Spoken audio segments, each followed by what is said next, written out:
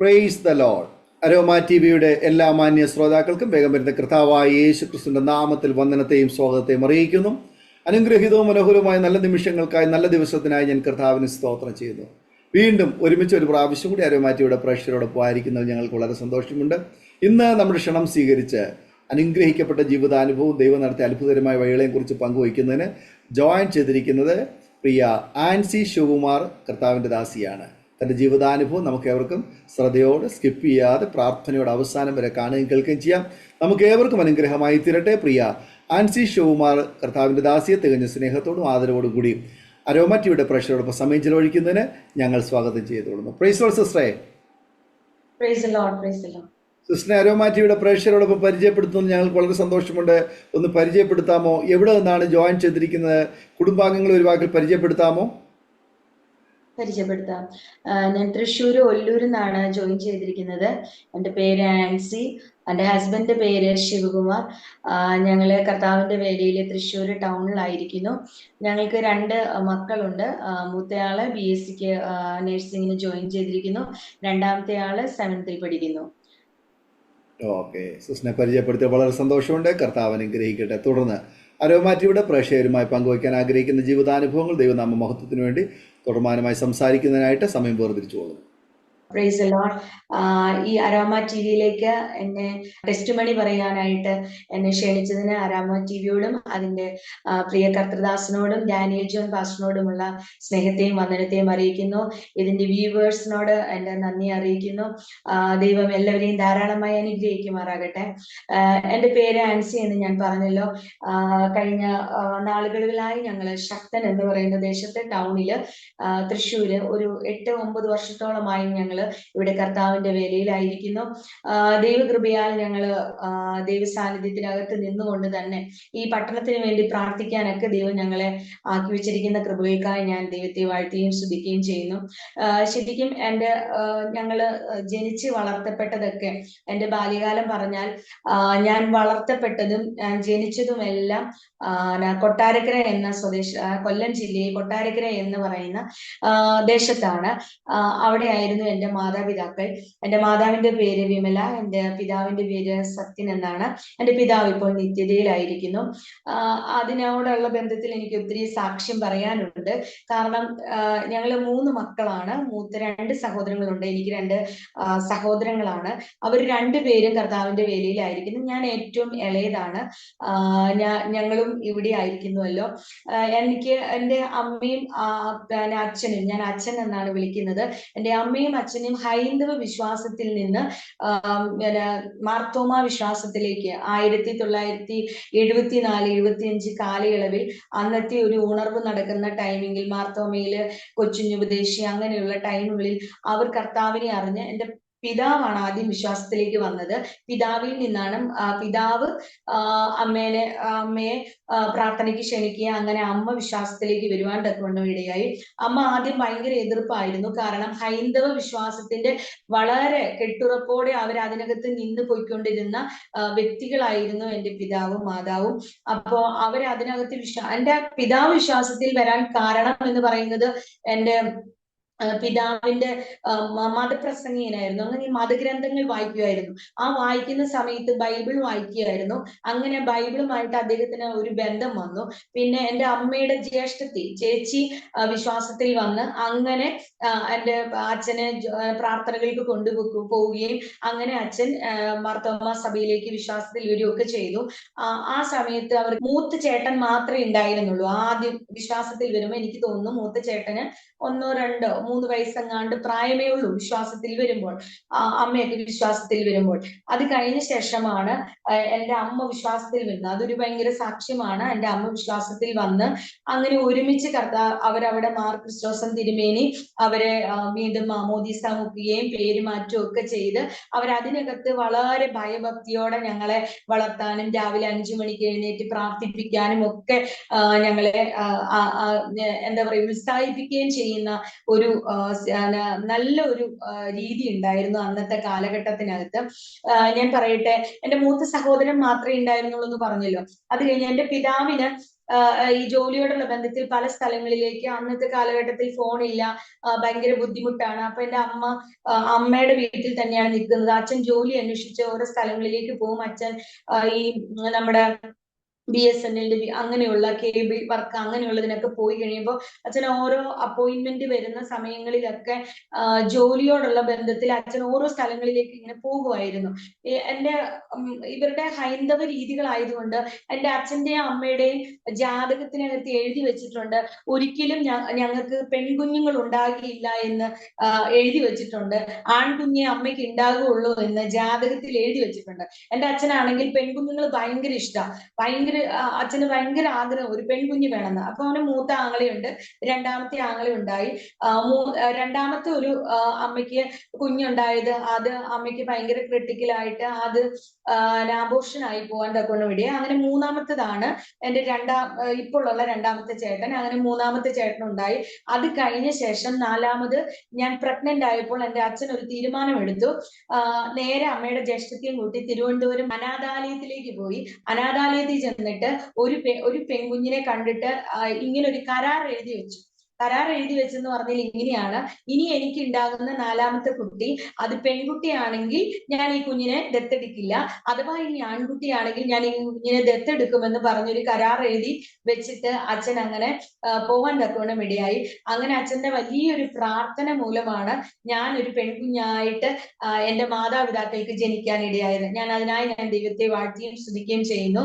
കാരണം എന്റെ പിതാവിന് എന്നോട് ഭയങ്കര സ്നേഹമാണ്. ഞാൻ ജനിച്ചു കഴിഞ്ഞ ശേഷമാണ് എന്റെ പിതാവിന് ജോലി സ്ഥിരമാവുകയും തനിക്ക് BSNL ജോലി കിട്ടുകയും ടെലിഫോൺസിൽ ജോലി കിട്ടുകയും ഒക്കെ ചെയ്തത്. അതുകൊണ്ടൊരു പ്രത്യേക ഇഷ്ടമുണ്ട്. കാരണം ഞാൻ ജനിച്ചത് കൊണ്ടാണ് പിതാവിന് ജോലി കിട്ടിയെന്നുള്ളൊരു കൺസെപ്റ്റും എന്റെ പിതാവിനുണ്ട്. അപ്പം അങ്ങനെ ഒരു ടെസ്റ്റിമണിയാണ് എന്റേത്. കാരണം ജാതകത്തിൽ എഴുതി വെച്ചിരിക്കുന്ന ജാതകത്തെ മാറ്റിമറിച്ചുകൊണ്ട് കർത്താവ് എന്റെ മാതാപിതാക്കൾക്ക് കൊടുത്ത ഒരു മകളാണ് ഞാൻ. ആ ഒരു വലിയ പദവി എനിക്ക് ദൈവം ലഭിച്ചു. എനിക്ക് നല്ലൊരു മാതാപിതാക്കളെ എനിക്ക് ദൈവം തന്നു. ഞാൻ അതിനകത്ത് ദൈവത്തെ വാഴ്ത്തുകയും സ്തുതിക്കുകയും ചെയ്യുന്നു. എന്റെ ചെറുപ്പം മുതൽ അവർ ആത്മീകമായിട്ട് ഞങ്ങളെ മുൻപന്തിയിൽ തന്നെ വളർത്തി. കാരണം ഹൈന്ദവ പശ്ചാത്തലത്തിൽ നിന്ന് വന്നതുകൊണ്ട്, കർത്താവിനെ അറിഞ്ഞതുകൊണ്ട് ആ ഒരു രീതിയിൽ തന്നെയാണ് ഞങ്ങളെ വളർത്തിക്കൊണ്ട് വന്നത്. അതുകൊണ്ട് ഞാൻ ദൈവത്തെ വാഴ്ത്തുകയും സ്തുതിക്കുകയും ചെയ്യുന്നു. ഞങ്ങൾ ഒരു 3 വയസ്സ് വരെ, എന്റെ 3 വയസ്സ് വരെ ഞങ്ങൾ കൊട്ടാരക്കര എന്ന പ്രദേശത്ത് തന്നെയായിരുന്നു. അത് കഴിഞ്ഞ ശേഷം ഞങ്ങള് ഒരു 4 വയസ്സിനോട് വയസ്സായപ്പോഴത്തേനും എന്റെ പിതാവിന് ആ നാട്ടിൽ നിന്ന് പോകണമെന്ന ആഗ്രഹം ഉണ്ടാകുകയും മ്യൂച്വൽ ട്രാൻസ്ഫർ മേടിച്ച് ഞങ്ങൾ എറണാകുളം ജില്ലയിൽ ഇലഞ്ഞി എന്ന് പറയുന്ന ദേശത്തേക്ക് ഞങ്ങൾ വരുവാൻ തക്കവണ്ണമിടയായി. ഇലഞ്ഞിയിൽ വരുമ്പോൾ എനിക്ക് 4 വയസ്സോളം ഉണ്ട്. അന്ന് 4 വയസ്സോളം ഉണ്ട്. അവിടെയാണ് എന്നെ നഴ്സറിയിൽ ചേർത്തത്. എന്റെ പഠന കാലയളവ് മുഴുവൻ ഇലഞ്ഞി എന്ന് പറയുന്ന Saint Peter's Higher Secondary School എന്ന് പറയുന്ന ആ സ്കൂളിലാണ് ഞാൻ പഠിച്ചതും എല്ലാം. എന്റെ വിദ്യാഭ്യാസം മൊത്തം നടന്നത് അവിടെ വെച്ചിട്ടാണ്. അവിടെ വെച്ച് ഞാൻ നഴ്സറിയിൽ പഠിച്ചു. 1ാം ക്ലാസ് മുതൽ +2 വരെ എന്റെ ദൈവം ഒരു സ്കൂളിൽ പഠിക്കാനും ഒക്കെ ദൈവം എനിക്ക് ഭാഗ്യം വന്നു. അവിടെ വെച്ചിട്ടാണ് ഞങ്ങൾ മാർത്തോമേ തന്നെയായിരുന്നു. അവിടെ ഞങ്ങള് ഒരു ചെറിയ വീടുണ്ട്. ആ കെട്ടിടത്തിലാണ് ഞങ്ങൾ താമസിക്കുന്നത്. ആ കെട്ടിടത്തിൽ താമസിക്കുമ്പോൾ ഇത് നേരെ നിന്ന് കഴിഞ്ഞാൽ ഫ്രണ്ടിലിട്ട് ഞങ്ങള് ബൈബിൾ പിടിച്ചുകൊണ്ട് ഞങ്ങള് മാർത്തോമ പള്ളിയിലേക്ക് പോകുന്നത്. അച്ഛന് നേരെ നിന്ന് ബസ് സ്റ്റോപ്പ് അങ്ങനെ നേരെയാ. അപ്പൊ അച്ഛന് പ്രസംഗിക്കുമ്പോൾ നേരെ ബസ് സ്റ്റോപ്പിൽ ഞങ്ങളെ 3 കുഞ്ഞുങ്ങളെയും ബൈബിളും പിടിച്ച് ഞങ്ങള് 5 പേരും കൂടി പള്ളിയിൽ പോകുന്നത് ആ അച്ഛൻ നോക്കി നിന്നിട്ട് സാക്ഷ്യം പറയുന്നത് കേട്ടിട്ടുണ്ട്. നിങ്ങൾ എത്ര പേരുണ്ട് ബൈബിളും പിടിച്ച് കത്തോലിക്ക പള്ളിയിലേക്ക് വന്നേക്കുന്നത്? അതൊക്കെ ഞങ്ങളുടെ ജീവിതത്തിൽ ഒരു വലിയ അനുഗ്രഹമായിരുന്നു. അച്ഛന്മാരുമായിട്ട് എന്റെ സഹോദരങ്ങൾ ഭയങ്കരമായിട്ട് കൂട്ടുകൂടുകയും അവരുമായിട്ട് കളിക്കാൻ പോവുകയും അങ്ങനെ നല്ലൊരു അവിടുത്തെ മഠത്തിലുള്ള പ്രിയ കന്യാസ്ത്രീമാർ ഞങ്ങളുടെ കൂടെ ഞങ്ങളെ ഭയങ്കര സ്നേഹമായിരുന്നു. അങ്ങനെ നല്ലൊരു സ്നേഹബന്ധം അവിടെ ഞങ്ങൾക്കുണ്ടായിരുന്നു. ഞങ്ങളോട് ഭയങ്കര റെസ്പെക്റ്റ് ആയിരുന്നു. കാരണം ഒരു ലോകത്തിലെ ഏറ്റവും വലിയൊരു കാര്യമാണ് ഒരു മാതാവ് കുഞ്ഞുങ്ങൾക്ക് കൊടുക്കാനുള്ള ഏറ്റവും വലിയ ഒന്നാണ് ആത്മീക ജീവിതം അല്ലെങ്കിൽ വചനം എന്ന് പറയുന്നത്. ഇത് തന്നാണ് ഞങ്ങളുടെ മാതാവും പിതാവും ഞങ്ങളെ വളർത്തിയത്. അതിന് ഞങ്ങൾക്ക് ഒരു കുറവും തന്നിട്ടില്ല. 5 മണിക്കൊക്കെ ഞങ്ങളെ എഴുന്നേൽപ്പിച്ച് വെള്ളം ഒഴിപ്പിച്ച്, എനിക്ക് ഓർമ്മയുണ്ട് എന്റെ മേഘത്തൂടെ വെള്ളം ഒഴിച്ചിട്ട് എഴുന്നേക്കെന്ന് പറഞ്ഞിട്ട് 8 വയസ്സിലും ഒക്കെ ഞങ്ങളെ എഴുന്നേൽപ്പിച്ചിരുത്തി പ്രാർത്ഥിപ്പിക്കുന്ന ഒരു ശീലം ഞങ്ങൾക്കുണ്ടായിരുന്നു. അപ്പം അവർക്കൊക്കെ ഭയങ്കര ഇഷ്ടമായിരുന്നു. അങ്ങനെ ഞാൻ അവിടെ ആ കാലഘട്ടത്തില് എന്റെ ഒരു 15 വയസ്സ് വരെ, 10ാം ക്ലാസ് വരെ, +1 +2 മൊത്തം അവിടെ പഠിച്ച് എലഞ്ഞി എന്ന പ്രദേശത്ത് പഠിച്ച് എനിക്ക് പാസ് ഔട്ട് ആവുവാൻ ദൈവം എനിക്ക് കൃപ ചെയ്തു. അതിന്റെ ഒരു വലിയ ഭാഗമാണ്. നന്നായി പഠിക്കാനെല്ലാം ദൈവം കൃപ ചെയ്തു. ഈ ബാല്യകാല സംഭവം എന്ന് പറഞ്ഞു കഴിഞ്ഞാൽ എനിക്ക് ഒത്തിരി ജീവിതത്തിനകത്ത് ഒത്തിരി കാര്യങ്ങൾ പറയാനുണ്ട്. എന്റെ ചെറുപ്പകാലത്തിനകത്ത് ഞാൻ ജനിച്ച് കഴിഞ്ഞ് ഒരു 1.5 വയസ്സ് 2 വയസ്സിനുള്ളിൽ ഞാൻ നന്നായി സംസാരിക്കാൻ തുടങ്ങി, അക്ഷരങ്ങൾ എഴുതാൻ തുടങ്ങി, നന്നായി പഠിക്കും, വായിക്കും. അംഗൻവാടിയിലൊക്കെ കൊണ്ടുവിട്ട് കഴിഞ്ഞാൽ ഭയങ്കര ടൊക്കറ്റീവ് ആണ്. അപ്പം ഞാൻ ഇങ്ങനെ പെട്ടെന്ന് സംസാരിക്കുകയും പെട്ടെന്ന് നന്നായി വർത്താനം പറയുകയൊക്കെ ചെയ്യുന്നത് കൊണ്ട് എല്ലാവർക്കും ഒരു പേടി ഉണ്ടായിരുന്നു. പറയും, ഈ കുഞ്ഞ് ഭയങ്കരമായിട്ട് സംസാരിക്കുന്നു. അന്നത്തെ ഒരു കാലഘട്ടത്തിൽ ഒരു കൺസെപ്റ്റ് ഉണ്ട്, ഇങ്ങനെ ഒത്തിരി സംസാരിക്കുകയും ഒത്തിരി ഓവർ സ്മാർട്ട് ആകുകയും ചെയ്യുന്ന ആൾക്കാർ പറയും, ഈ കുഞ്ഞ് അധിക നാൾ കാണില്ല, അങ്ങനെയുള്ള ഈ കുഞ്ഞിന് വേണ്ടി പ്രാർത്ഥിക്കും, കുഞ്ഞിന് വേണ്ടി സൂക്ഷിക്കുക എന്നൊക്കെ പറയുന്ന ഒരു ചിന്താഗതിയുള്ള ഒരു കാലഘട്ടമായിരുന്നു. എന്റെ അമ്മ എപ്പോഴും പ്രാർത്ഥിക്കുമായിരുന്നു. എന്റെ അമ്മ ഒത്തിരി പ്രതിസന്ധിയിലൂടെയും ഞങ്ങളുടെ സഹോദരങ്ങളെ കുറിച്ചുള്ള ഒത്തിരി മരണകരമായ അത്ഭുതങ്ങളും പ്രാർത്ഥനയിലൂടെയൊക്കെയാണ് എന്റെ അമ്മ കൊണ്ടുപോയിരിക്കുന്നത്. അങ്ങനെ 3 വയസ്സില് ഞാൻ ഒത്തിരി കഷ്ടതയിലൂടെ ഒക്കെ കടന്നു പോകുന്ന സമയമാണ്. എന്റെ അമ്മയ്ക്ക് തയ്യലുണ്ട്. തയ്യലിലൂടെയാണ് ഞങ്ങളെ നടത്തുന്നതും എല്ലാം. അച്ഛന് ജോലി സ്ഥിരമായി വന്നു. അപ്പം എല്ലാ കാര്യങ്ങളും 3 കുഞ്ഞുങ്ങളെ വളർത്തണം, എല്ലാ കാര്യങ്ങളിലൂടെ ആയപ്പോ നടക്കത്തില്ല. അപ്പൊ എന്റെ അമ്മ ഒത്തിരി കഷ്ടപ്പെട്ടിട്ടുണ്ട്. ആ സമയത്ത് ഞങ്ങള് 3 വയസ്സിൽ എനിക്ക് ഇപ്പോഴും ഓർമ്മ ഒരു ചെറിയ സംഭവമാണ്. പിന്നെ എന്റെ അമ്മ എനിക്ക് നന്നായി പറഞ്ഞതും എന്റെ മൈൻഡിൽ കിടക്കുന്നുണ്ടെങ്കിലും എനിക്ക് ചെറുതായി ഓർമ്മയുള്ള കാര്യങ്ങളാണ്. 3 വയസ്സിൽ ഞാൻ എന്റെ അമ്മയുടെ പാല് കുടിച്ചുകൊണ്ടിരിക്കുമ്പോൾ അതിൽ നിന്നൊരു പിന്നെടുത്തിട്ട് എന്ത് കിട്ടിയാലും വായിലിടുന്ന ഒരു സ്വഭാവം ഉണ്ടായിരുന്നു എനിക്ക്. അത് ഞാൻ വായിലിടാൻ തക്കവണ്ണം ഇടയായി. വായിലിട്ടപ്പോൾ അത് ഇറങ്ങിപ്പോയി കഴിഞ്ഞപ്പോൾ ഞാൻ അമ്മയോട് പറഞ്ഞു, അമ്മ എനിക്ക് നന്നായി സംസാരിക്കാൻ അറിയാം, അമ്മ എന്റെ വായിൽ പിന്നു പോയി. അപ്പൊ അമ്മ പറഞ്ഞു, മോളെ നീ കള്ളത്തരം പറയുക, പിന്നു പോയിട്ടില്ല, നീ ചുമ്മാ പറയരുത്, അമ്മ പേടിപ്പിക്കരുത്. ഇല്ല അമ്മ, ഞാൻ പിന്നു വിഴുങ്ങി. അപ്പം അമ്മ വിശ്വസിക്കുന്നില്ല. പെട്ടെന്ന് അമ്മ പേടിച്ച് എന്നെ മാറ്റി നിർത്തിയിട്ട് ആ കട്ടിലും തുണികളും എല്ലാം കുടഞ്ഞു, തലയണ കുടഞ്ഞു. ഇല്ലമ്മ, ഞാൻ വിഴുങ്ങി, അമ്മ നോക്കണ്ട. അമ്മ എന്നെയും കൊണ്ട് നിന്ന നിപ്പിൽ ഡ്രസ്സ് ഇട്ടിട്ട് അമ്മച്ചിയുടെ ജ്യേഷ്ഠത്തിയുടെ ഭർത്താവുണ്ട്, ഞങ്ങൾ അപ്പച്ചനും അമ്മയെന്നാ വിളിക്കുന്നത്, വല്യമ്മ എന്നാ വിളിക്കുന്നത്. അപ്പച്ചനോട് പറഞ്ഞു, ചേട്ടാ കുഞ്ഞ് അച്ഛൻ ജോലിയോടുള്ള ബന്ധത്തിൽ ദൂരെയാ, അച്ഛനെ ഫോൺ വിളിക്കാനുള്ള കോണ്ടാക്ട് ചെയ്യാനുള്ള അന്നത്തെ സൗകര്യം ഇല്ല, കുഞ്ഞ് പിന്നെ വിഴുങ്ങി എന്നാ പറയുന്നേ, എനിക്ക് അറിയത്തില്ല, വാ നമുക്ക് കൊണ്ടുപോകാം എന്ന് പറഞ്ഞിട്ട് ഓടി അമ്മ എന്നെ എടുത്തോണ്ട് നിന്ന ഡ്രസ്സില് കൊട്ടാരക്കര ഹോസ്പിറ്റലിലേക്ക്, ഗവൺമെന്റ് ഹോസ്പിറ്റലിലേക്ക് പോയി. അപ്പൊ അവര് പറഞ്ഞു, ഇവിടെ ഒന്നും ചെയ്യാൻ പറ്റത്തില്ല, നിങ്ങൾ ഒരു കാര്യം ചെയ്യുക, നേരെ കുഞ്ഞിനെയും കൊണ്ട് മെഡിക്കൽ കോളേജിലേക്ക്, തിരുവനന്തപുരം മെഡിക്കൽ കോളേജിലേക്ക് പോകാൻ പറഞ്ഞു. അപ്പൊ വണ്ടിയിൽ ഇരുന്നിട്ട് ബസ്സിനകത്ത് അമ്മയുടെ ചേട്ടനുണ്ട്, അമ്മയുണ്ട്, ഞാനും ഉണ്ട്. അപ്പൊ വണ്ടി സൈഡിൽ ഇരുന്നിട്ട് ഞാൻ ഇങ്ങനെ ഓരോന്ന് പറയുകയാണ്, അമ്മ കയ്യും തലയും പുറത്തിടരുത്, പുറത്തിട്ടാ നമ്മുടെ കൈ പോവും, തല പോവും, ഇങ്ങനെയൊക്കെ വർത്താനം പറയുന്നത് എന്റെ അമ്മ എന്നോട് പറഞ്ഞിട്ടുണ്ട്. ആ സമയങ്ങളിൽ അമ്മ എന്നെ മടി വെച്ച് കരയോ. അപ്പൊ ഞാൻ ഇങ്ങനെ വർത്താനം പറയോ, പറഞ്ഞിട്ട് ഞാൻ ഇങ്ങനെ ഓരോ കാര്യങ്ങൾ പറഞ്ഞ് മെഡിക്കൽ കോളേജിൽ ചെന്നിട്ട് സ്കാനിങ് ചെയ്ത് കഴിഞ്ഞപ്പോ അവര് പറഞ്ഞു, പിന്നുണ്ട്, ഓപ്പറേഷന് ഓൾറെഡി എന്നെ ഫിക്സ് ചെയ്തു. അപ്പൊ ഡോക്ടർ പറഞ്ഞു, ഇനി കുഞ്ഞിനൊന്നും കൊടുക്കാൻ പാടില്ല, നിങ്ങൾ പ്രത്യേകം ശ്രദ്ധിക്കണം എന്ന് പറഞ്ഞിട്ട് അവിടെ ഇരുത്തി. ഓപ്പറേഷൻ അമ്മയും അപ്പച്ചനൂടെ ആ വരാന്തയിൽ ഇരിക്കുകയാണ്. അമ്മ ഇങ്ങനെ എന്നെ നോക്കിയിട്ട് കരയുകയാണ്, കർത്താവേ, നീ എനിക്ക് എന്റെ പ്രാർത്ഥന കേട്ട് തന്നൊരു കുഞ്ഞാ, ഈ കുഞ്ഞിനെ നിനക്ക് വേണമെങ്കിൽ, നിന്റെ സമയമാണെങ്കിൽ, നിന്റെ ഹിതമാണെങ്കിൽ നീ എടുത്തോ എന്ന് പറഞ്ഞ അമ്മ ഇങ്ങനെ കരയാൻ തക്കോണം ഇടയായി. ആ കരയുന്ന സമയത്ത് ഞാൻ കുറെ നേരം, അപ്പൊ ഞാൻ പറഞ്ഞു, അപ്പച്ച എനിക്ക് വിശക്കുന്നു, എനിക്ക് എന്തെങ്കിലും വേണം. അപ്പം എനിക്ക് ഏറ്റവും ഇഷ്ടമുള്ള സംഭവം എന്ന് പറഞ്ഞു കഴിഞ്ഞാൽ നമ്മുടെ നാട്ടിലോട്ടൊക്കെ കിട്ടുന്ന കദളിപ്പഴം, ചുമന്ന പഴം. അപ്പച്ചൻ പറഞ്ഞു, കുഞ്ഞല്ലേ, ഇനിയിപ്പോ അവൾ ഉണ്ടാവൂല്ലോ എന്നൊന്നും പറയാൻ പറ്റത്തില്ല, കുഞ്ഞിന് നമുക്കൊരു കാര്യം ചെയ്യാം, അവളുടെ ആഗ്രഹം നടക്കട്ടെ എന്ന് പറഞ്ഞു. ഡോക്ടർ പറഞ്ഞതൊന്നും പറയണ്ട എന്നും പറഞ്ഞിട്ട് എനിക്കൊരു പഴം മേടിച്ചു തന്നു. ആ പഴം മുഴുവൻ ഞാൻ കഴിച്ചു. അപ്പൊ ഞാൻ അമ്മയോട് പറയുന്നുണ്ട്, അമ്മ കരയണ്ടെന്നൊക്കെ പറയുന്നുണ്ട്. ആ പഴം കഴിച്ച ശേഷം ഞാൻ കുറച്ചു നേരം കഴിഞ്ഞപ്പോ പറഞ്ഞു, അമ്മ എനിക്ക് ബാത്റൂമിൽ പോകണം. ഇതൊക്കെ ഞാൻ പറയുന്ന വേർഡുകളാണ്. അപ്പൊ ബാത്റൂമിൽ പോയിട്ട് ബാത്റൂമിൽ പോണെന്ന് പറഞ്ഞു. അമ്മ എന്നെ എടുത്ത് കരഞ്ഞോണ്ട് ബാത്റൂമിലേക്ക് പോയി. ബാത്റൂമിൽ പോയപ്പോ ഞാൻ പറഞ്ഞു, അമ്മ എന്നെ ബാത്റൂമിലെ ക്ലോസറ്റിൽ ഇരുത്തരുത്, എന്നെ മാറ്റി ഇരുത്ത്. യേശുപ്പച്ചൻ എന്റെ പിന്ന് പോരും, പിന്ന് കളയും. അമ്മ ഒരു കാര്യം ചെയ്യ്, എന്നെ മാറ്റിയിരുത്താൻ പറഞ്ഞിട്ട് എന്നെ മാറ്റിയിരുത്തിയിട്ട് ഞാൻ അമ്മയ്ക്ക് വിഷമം, കുഞ്ഞ് പറഞ്ഞതല്ലേ എന്ന് ഓർത്തിട്ട് അമ്മ ആ വാക്ക് മാനിച്ചിട്ട് എന്നെ മാറ്റിയിരുത്തി, തറയിലേക്ക് ഇരുത്തി. ബാത്റൂമിലെ തറയിലേക്ക് ഇരുത്തിയിട്ട് ഞാൻ പറഞ്ഞു, അമ്മ ഇത് കഴിഞ്ഞു. എന്റെ ഇത് കഴിഞ്ഞപ്പോ ഞാൻ പറഞ്ഞു, അമ്മ ഇതിനകത്ത് നോക്ക്, പിന്ന് വരും, പിന്നുണ്ടാവും, അമ്മ നോക്കാൻ പറഞ്ഞു.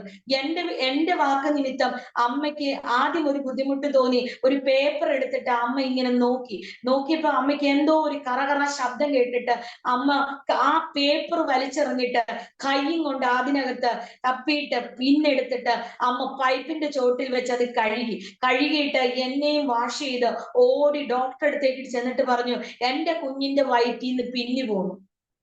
ഡോക്ടർക്ക് വിശ്വാസമില്ല. ഡോക്ടർ പറഞ്ഞു, നിങ്ങള് കുഞ്ഞിനെ കൊള്ളാൻ നടക്കുന്ന തള്ളയാ, നിങ്ങള് മനസാക്ഷി ഇല്ലാത്തൊരു ലേഡിയാ. ദേ ഇവിടെ പ്രസ് ബട്ടൺ തിന്നിട്ട് ഓപ്പറേഷൻ ചെയ്തിട്ട് പോലും മരിക്കാൻ കിടക്കുന്നു. പല കേസുകളിൽ വളരെ സീരിയസ് ആയിട്ട് കുഞ്ഞുങ്ങൾ കിടക്കുന്നു. നിങ്ങൾ എന്താണ് പറയുന്നതെന്ന് പറഞ്ഞിട്ട് എനിക്ക് വിശ്വാസം ഇല്ല എന്ന് പറഞ്ഞിട്ട് ഡോക്ടർ പറഞ്ഞു, ശരി, നിങ്ങൾ പറയുന്നത് വിശ്വസിക്കാം, നിങ്ങൾ ഒരിക്കൽ കൂടി പോയി എക്സ്റേ എടുത്തോണ്ട് വാ എന്ന് പറഞ്ഞു. എക്സ്റേ എടുക്കാൻ വേണ്ടി ഒരു വരാന്തയുടെ അറ്റം മുതൽ അങ്ങേ അറ്റത്താണ് എക്സ്റേ ഉള്ള ഡോക്ടർ. അപ്പൊ ഈ എക്സ്റേ ഡോക്ടർ കൂട്ടി പോകാൻ തുടങ്ങിയ അമ്മ അങ്ങേ അറ്റത്ത് നിന്ന് ഒച്ചയിൽ വിളിച്ചു, ഡോക്ടറെ പോകലേ എന്ന് പറഞ്ഞ് ഒച്ചയിൽ നിലവിളിച്ച് ഓടി ഡോക്ടർ നോക്കിയപ്പോഴത്തേനും അമ്മ എന്നെ എടുത്തോണ്ട് ഓടി വരിക. ഡോക്ടറോട് പറഞ്ഞു, അപ്പൊ ഈ മെയിൻ ഡോക്ടർ പറഞ്ഞു, ഈ എക്സ്റേ ഇടുന്ന ഡോക്ടറോട് ഒരു കാരണവശാലും പറയരുത്, എന്റെ പിന്നെ പുറത്തു പോയി എന്ന് പറയരുതെന്ന് പറഞ്ഞു. അപ്പൊ ആ ഡോക്ടർ എക്സ്റേ എടുത്തു കഴിഞ്ഞ് വിളിച്ചിട്ട് ചോദിച്ചു, എന്താ ഒരു എക്സ്റേയും കൂടെ എടുക്കാൻ ഡോക്ടർ പറഞ്ഞു. അപ്പൊ ശരിയെന്ന് പറഞ്ഞ് ഡോക്ടർ കയറ്റി എക്സ്റേ എടുത്തു. എക്സ്റേ എടുത്തു കഴിഞ്ഞിട്ട് എന്റെ മാതാവിന്റെ മുഖത്തോട്ട് നോക്കിയിട്ട് ഡോക്ടർ ചോദിച്ചു, ഈ പിൻ എവിടെയെന്ന് ചോദിച്ചു. എവിടെയെന്ന് ചോദിച്ചപ്പോ മാതാവ് കരഞ്ഞോണ്ട് പറഞ്ഞു, എന്റെ കുഞ്ഞിന്റെ പിന്ന് ദൈവം പുറത്തു കൊണ്ടുവന്നു എന്ന് പറഞ്ഞു. ഡോക്ടർ പറഞ്ഞു, നിങ്ങൾക്കറിയുമോ ഈ പിന്ന് എങ്ങനെ ഇരുന്ന പിന്നാണെന്ന്? ഒരിക്കലും പിന്ന് വിഴുങ്ങിയിട്ട് അവൾ തുറന്ന് താഴോട്ടാണ് വിഴുങ്ങിയത്. തുറന്ന പിന്ന് താഴോട്ട്, ഒരിക്കലും മേളിലേക്കല്ല പിന്ന് കിടന്നത്. ഈ ഒരു കുഞ്ഞിന്റെ വയറ്റിനകത്ത് ഈ തുറന്ന പിന്ന് താഴേക്ക് കിടക്കുമ്പോൾ അത് എവിടെയും കുരുങ്ങാം. അത് ലെൻസിൽ കുരുങ്ങാം, ചെറുകുടലിൽ കുരുങ്ങാം, വൻകുടലിൽ കുരുങ്ങാം, അതൊരു സ്ഥലത്ത് കൊളുത്തി കിടന്നാൽ മതി. പക്ഷെ എന്റെ ദൈവം ആ തുറന്ന പിന്നിനെ, എന്റെ ദൈവത്തിന്റെ സർജറി നമ്മൾ വിചാരിക്കുന്ന സർജറി അല്ല, അത് ദൈവത്തിന് മാത്രമേ കഴിയത്തുള്ളൂ. ആമേൻ. ആ ഡോക്ടർ അന്തിച്ചു പോയിട്ട് ഇങ്ങനെ പറഞ്ഞു, നിങ്ങൾ ഒരു കാര്യം ചെയ്യുക, ഈ എക്സ്റേ എടുത്തിട്ട് നിങ്ങൾ ഫ്രെയിം ചെയ്ത് മാലയിട്ട് എന്നും നിങ്ങളുടെ വീട്ടിൽ ഇവൾ മരിക്കുന്നത് വരെ ആ വീട്ടിനകത്ത് നിങ്ങൾ മാലയിട്ട് വെക്കുക. കാരണം ഒരു കാരണവശാലും ഇത് അസാധ്യമാണ്. ആദ്യം ആ ഡോക്ടേഴ്സ് പറഞ്ഞില്ല ഈ പിൻ എങ്ങനെയാ കിടക്കുന്നതെന്നും ഈ പിന്നിന്റെ പൊസിഷൻ എങ്ങനെയാണെന്നും ഒന്നും പറഞ്ഞില്ല. എന്റെ അമ്മയും അത്ഭുതം കൂറി. കാരണം ദൈവത്തിനൊരു പദ്ധതി ഒരു വ്യക്തിയെ കുറിച്ചുണ്ടെങ്കിൽ, അവന് കർത്താവ് ഈ ഭൂമിയിലേക്ക് അയച്ചിട്ടുണ്ടെങ്കിൽ, ആ വ്യക്തിയെ കുറിച്ചുള്ള പദ്ധതിയും ആ വാഗ്ദത്വവും നിറവേറുന്നത് വരെ അവനെ ഈ ഭൂമിയിൽ നിന്ന് ആർക്കും എടുക്കാൻ പറ്റത്തില്ല. അമ്മേ, ഞാൻ വിശ്വസിക്കുന്നു, എന്റെ ദൈവം എന്നെ മുന്നമേ കണ്ടത് കൊണ്ടാണ് ആ പിന്ന്, തുറന്ന പിന്ന് താഴോട്ട് കിടന്നിട്ടും എന്റെ ദൈവം അത്ഭുതം ചെയ്ത്. ഞാനൊരു 2-3-4 വർഷം മുമ്പ് ഞാനൊരു ഫേസ്ബുക്കിലോ എനിക്ക് തോന്നുന്നു വാട്സപ്പിൽ ഒരു മെസ്സേജ് വന്നത് ഞാൻ കണ്ടതാണ്. ഒരു കുഞ്ഞിന്റെ വയറ്റിൽ കിടന്ന പിന്ന് തുറന്നത്, ഇങ്ങനെ കിടന്ന പിന്നിന് ആ കുഞ്ഞിന് വേണ്ടത് 10 ലക്ഷം രൂപയാ സർജറിക്ക്. അവർ ഓരോ സ്ഥലങ്ങളിലും ആ കുഞ്ഞിന് വേണ്ടി അപേക്ഷിച്ചുകൊണ്ടിരിക്കുക. കാരണം സർജറി ചെയ്യാൻ പൈസ ഇല്ലാഞ്ഞിട്ട് എന്റെ ദൈവം ഒരു പൈസ പോലും വേണ്ടാതെ എന്റെ കർത്താവ് എന്നെ സർജറി ചെയ്ത് പുറത്തെടുക്കാൻ കൊണ്ട് വേണ്ടിയായി. ഇതാണ് എന്റെ ജീവിതത്തിലെ ഏറ്റവും